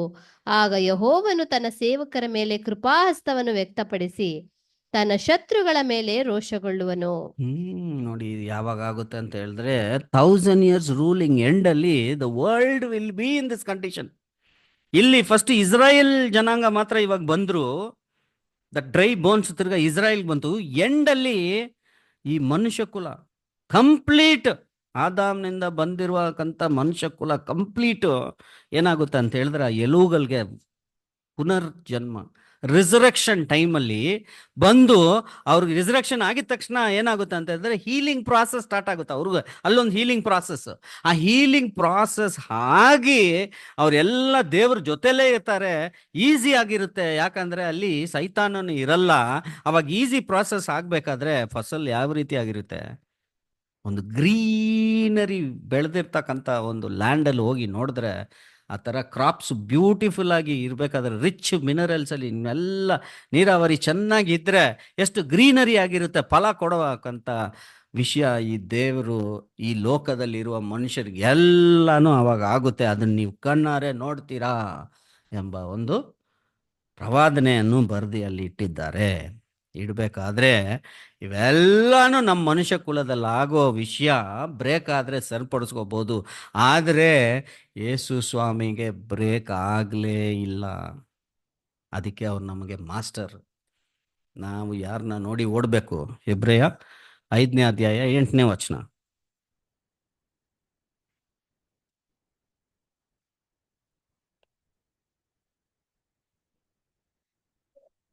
ಆತನು ಮಗನಾಗಿದ್ದರೂ ಅನುಭವಿಸಿದ ಬಾಧೆಗಳಿಂದಲೇ ವಿಧೇಯತೆಯನ್ನು ಕಲಿತುಕೊಂಡನು. ಸಿಂಪಲ್. ಯೇಸು ಸ್ವಾಮಿಗೆ ಇಷ್ಟೊಂದು ಕಷ್ಟ ಇದ್ರೆ ಅವರು ವಿಧೇಯತೆ ಯಾವ ರೀತಿ ಕಲ್ತ್ಕೊಂಡ್ರೆ ಅಂತ ಹೇಳಿದ್ರೆ ಅನುಭವಿಸಿರುವ ಪಾಡುಗಳ ಮೂಲಕ ವಿಧೇಯತೆ ಕಲ್ತ್ಕೊಂಡ್ರು. ಅವ್ರಿಗೆ ಕಷ್ಟ ಬಂದ್ರೆ ನಮಗ್ ಬರಬಾರ್ದಾ? ಬರಲ್ವಾ? ಬಂದೇ ಬರುತ್ತೆ. ಬಂದ್ರೆ ಅದನ್ನ ಏನ್ ಮಾಡ್ಬೇಕು ನಾವು? ಅದು ಬಂದ್ರೆ ಸಂತೋಷವಾಗಿ ನಾವೇನ್ ಮಾಡ್ಬೇಕು? We have to carry that cross. ಮಾರ್ಕನ ಬರೆದ ಸುವಾರ್ತೆ 8ನೇ ಅಧ್ಯಾಯ 34ನೇ ವಚನ. ಆಮೇಲೆ ಆತನು ತನ್ನ ಶಿಷ್ಯರ ಜೊತೆಗೆ ಜನರ ಗುಂಪನ್ನು ಹತ್ತಿರ ಕರೆದು ಅವರಿಗೆ ಹೇಳಿದ್ದೇನೆಂದರೆ, ಯಾವನಿಗಾದರೂ ನನ್ನ ಹಿಂದೆ ಬರುವುದಕ್ಕೆ ಮನಸ್ಸಿದ್ದರೆ ಅವನು ತನ್ನನ್ನು ನಿರಾಕರಿಸಿ ತನ್ನ ಶಿಲುಬೆಯನ್ನು ಹೊತ್ತುಕೊಂಡು ನನ್ನ ಹಿಂದೆ ಬರಲಿ. ಇವಾಗ ಸಿಂಪಲ್ ಆಗಿ ಒಂದು ಎಲ್ಲರೂ ನನ್ನ ಹಿಂದೆ ಬನ್ನಿ ಅಂತ ಹೇಳಿದ್ರ ಸ್ವಾಮಿ ಯೇಸು ಸ್ವಾಮಿ? ಯಾವನಿಗಾದರೂ ಮನಸ್ಸಿದ್ರೆ, ನಮಗೆಲ್ಲ ಮನಸ್ಸಿತ್ತಾ? ನಮ್ಮನ್ನ ಯಾರಾದರೂ ಫೋರ್ಸ್ ಮಾಡಿದ್ರ? ನಾವೇ ಖುದ್ದಾಗಿ ಸ್ವಯಂ ಮಾಡಿರುವಕ್ಕಂಥ ಒಂದು ಏನು ಮಾಡಿರ್ತೀವಿ, ನಾವು ಒಡಂಬಡಿಕೆ ಮಾಡಿದ್ದೀವಿ ಅಲ್ವಾ? ಮಾಡಿ ನೀವೇ ಬೇಕು ಅಂತ ಹೇಳಿ ನಾವೇ ಚೂಸ್ ಮಾಡಿದ್ದು. ಯೇಸು ಸ್ವಾಮಿ ಹೇಳಿದ್ರು, it is free will for you. ಆದರೆ ಬಂದರೆ, ನನ್ನನ್ನು ಹಿಂಬಾಲೆ ಮಾಡಕ್ಕೆ ಬಂದರೆ ಪ್ರೊಸೀಜರ್ ಇದನ್ನ ಏನು ಮಾಡಬೇಕು? You have to first deny yourself, carry the cross. ಆ ಕಷ್ಟ ಅನ್ನೋದು ಬರದೇ ಇರುವ ಜೀವ ಇಲ್ಲ, ಬರುತ್ತೆ. Cross carrying experience. ಆ cross is designed for individual people. ನನಗಿರೋ ಶಕ್ತಿಗೆ ನನಗೊಂದು ಕ್ರಾಸು, ನಿಮಗಿರೋ ಶಕ್ತಿಗೆ ನಿಮ್ಗೊಂದು ಕ್ರಾಸು, ಇವ್ರಿಗೆ ಇಂಡಿವಿಜುವಲ್ ಕ್ರಾಸ್ ಡಿಫೈನ್ ಮಾಡಿ ಇಟ್ಟಿದ್ದಾರೆ. ನಮಗೆ ಶಕ್ತಿ ಇಲ್ಲದೆ ಮಿತಿ ಮೀರಿ ತಡ್ಕೊಳಕ್ಕಂತ ಕ್ರಾಸ್ ದೇವ್ರು ಮಾಡಲೇ ಇಲ್ಲ ಯಾವಾಗಲೂ. ಆ ಕ್ರಾಸನ್ನೇ ನಾವು ತಗೊಂಡು ಓಡಬೇಕು ಅಲ್ವಾ? ಅದನ್ನೇ ಇಟ್ಟಿರ್ಬೇಕಾದ್ರೆ ಯಾರನ್ನ ನೋಡಿ ನಾವು ಈ ಪ್ರಯಾಣ ಮಾಡಬೇಕಂದ್ರೆ ಯೇಸು ಸ್ವಾಮಿನ ನೋಡಿಕೊಂಡು ನಾವು ಮಾಡಬೇಕು. ಲಾಸ್ಟಲ್ಲಿ ನಾವೇನು ಮಾಡಬೇಕು ಅಂತ ಹೇಳಿದ್ರೆ, ಇಂಪಾರ್ಟೆಂಟಾಗಿ ಎಲುವುಗಳು ಮುರಿದೋಕ್ಕಂಥ ಚಾನ್ಸಸ್ ಇದೆ. ದೇವರಿಂದನೂ ಆಗುತ್ತೆ, ಮನುಷ್ಯನಿಂದನೂ ಆಗುತ್ತೆ. ಹೀಲಿಂಗ್ ಪ್ರಾಸೆಸ್ ಆಗೋದಕ್ಕೆ ಯಾರು ತಾನೇ ಇಂಪಾರ್ಟೆಂಟ್ ಅಂತ ಹೇಳಿದ್ರೆ, ದೇವ್ರ ಜೊತೆಯಲ್ಲೇ ಇದ್ದು ಪಾಪನ ಅರಿಕೆ ಮಾಡಿ ದೇವ್ರ ಜೊತೆಯಲ್ಲಿ ಇದ್ದು ಅದನ್ನ ಬಿಟ್ಬಿಡು, ಅರಿಕೆ ಮಾಡಿ ಬಿಟ್ಬಿಡೋರು ಏನು ಮಾಡ್ತಾರೆ? ದೇವರು ಅವ್ರಿಗೆ ಪುನರ್ ಸ್ಥಾಪನೆ ಮಾಡ್ತಾರೆ. ಅದನ್ನೇ ನೋಡಿದ್ರೆ ಈ ಹೀಲಿಂಗ್ ಆ್ಯಂಡ್ ಸ್ಪಿರಿಚುವಲ್ ರೆಸ್ಟೋರೇಷನ್ ಎಂಬ ವಿಷಯವನ್ನು ನಾವು ಇವತ್ತು ಪಾಠದಲ್ಲಿ ನೋಡಿದ್ವಿ. ಗುಣಪಡಿಸುವುದು ಮತ್ತು ಆಧ್ಯಾತ್ಮಿಕವಾದ ಪುನಃ ಸ್ಥಾಪನೆ. ಇದರ ಲಾಸ್ಟು ಯಾವ ರೀತಿಯಾಗಿ ಆಗುತ್ತೆ ಎಂಬ ಒಂದು ವಚನ ಓದೋಣ ನೋಡಿ. ಕೀರ್ತನೆ 34ನೇ ಅಧ್ಯಾಯ 18, 19, 20.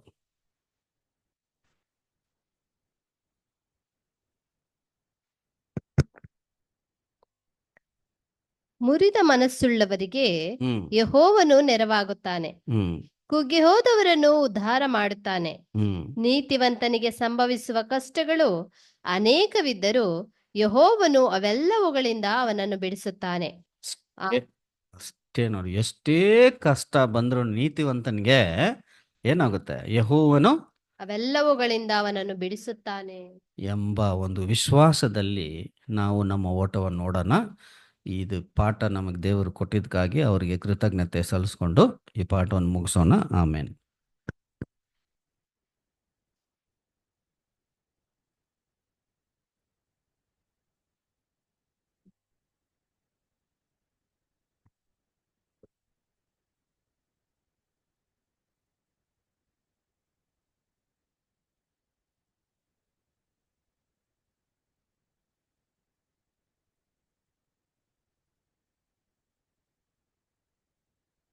ಸಹೋದರ ಮೂಲಕ ನಮಗೆ ವಾಕ್ಯ ಸಂದೇಶವನ್ನು ನೀಡಿದ ಪರಲೋಕದ ತಂದೆಯಾದ ದೇವರಿಗೂ ಮತ್ತು ರಕ್ಷಕನಾದ ಯೇಸು ಕ್ರಿಸ್ತನಿಗೂ ಧನ್ಯವಾದಗಳನ್ನು ಅರ್ಪಿಸ್ತೇವೆ. ಅದೇ ರೀತಿಯಾಗಿ ಹೀಲಿಂಗ್ ಮತ್ತು ಸ್ಪಿರಿಚುವಲ್ ರೆಸ್ಟೋರೇಷನ್ನ ವಿಷಯದಲ್ಲಿ ಸಹೋದರರು ಆಳವಾದ ವಿಷಯಗಳನ್ನು ನಮಗೆ ಒಂದು ಹೊಸ ವಿಷಯವನ್ನು ನಮಗೆ ತಿಳಿಸ್ಕೊಟ್ಟಿದ್ದಾರೆ. ಸಹೋದರರು ಕೂಡ ಎಲ್ಲ ನಮ್ಮ ಸಭೆ ಪರವಾಗಿ ಧನ್ಯವಾದಗಳನ್ನು ಸಮಯದಲ್ಲಿ ಅರ್ಪಿಸ್ತೇವೆ.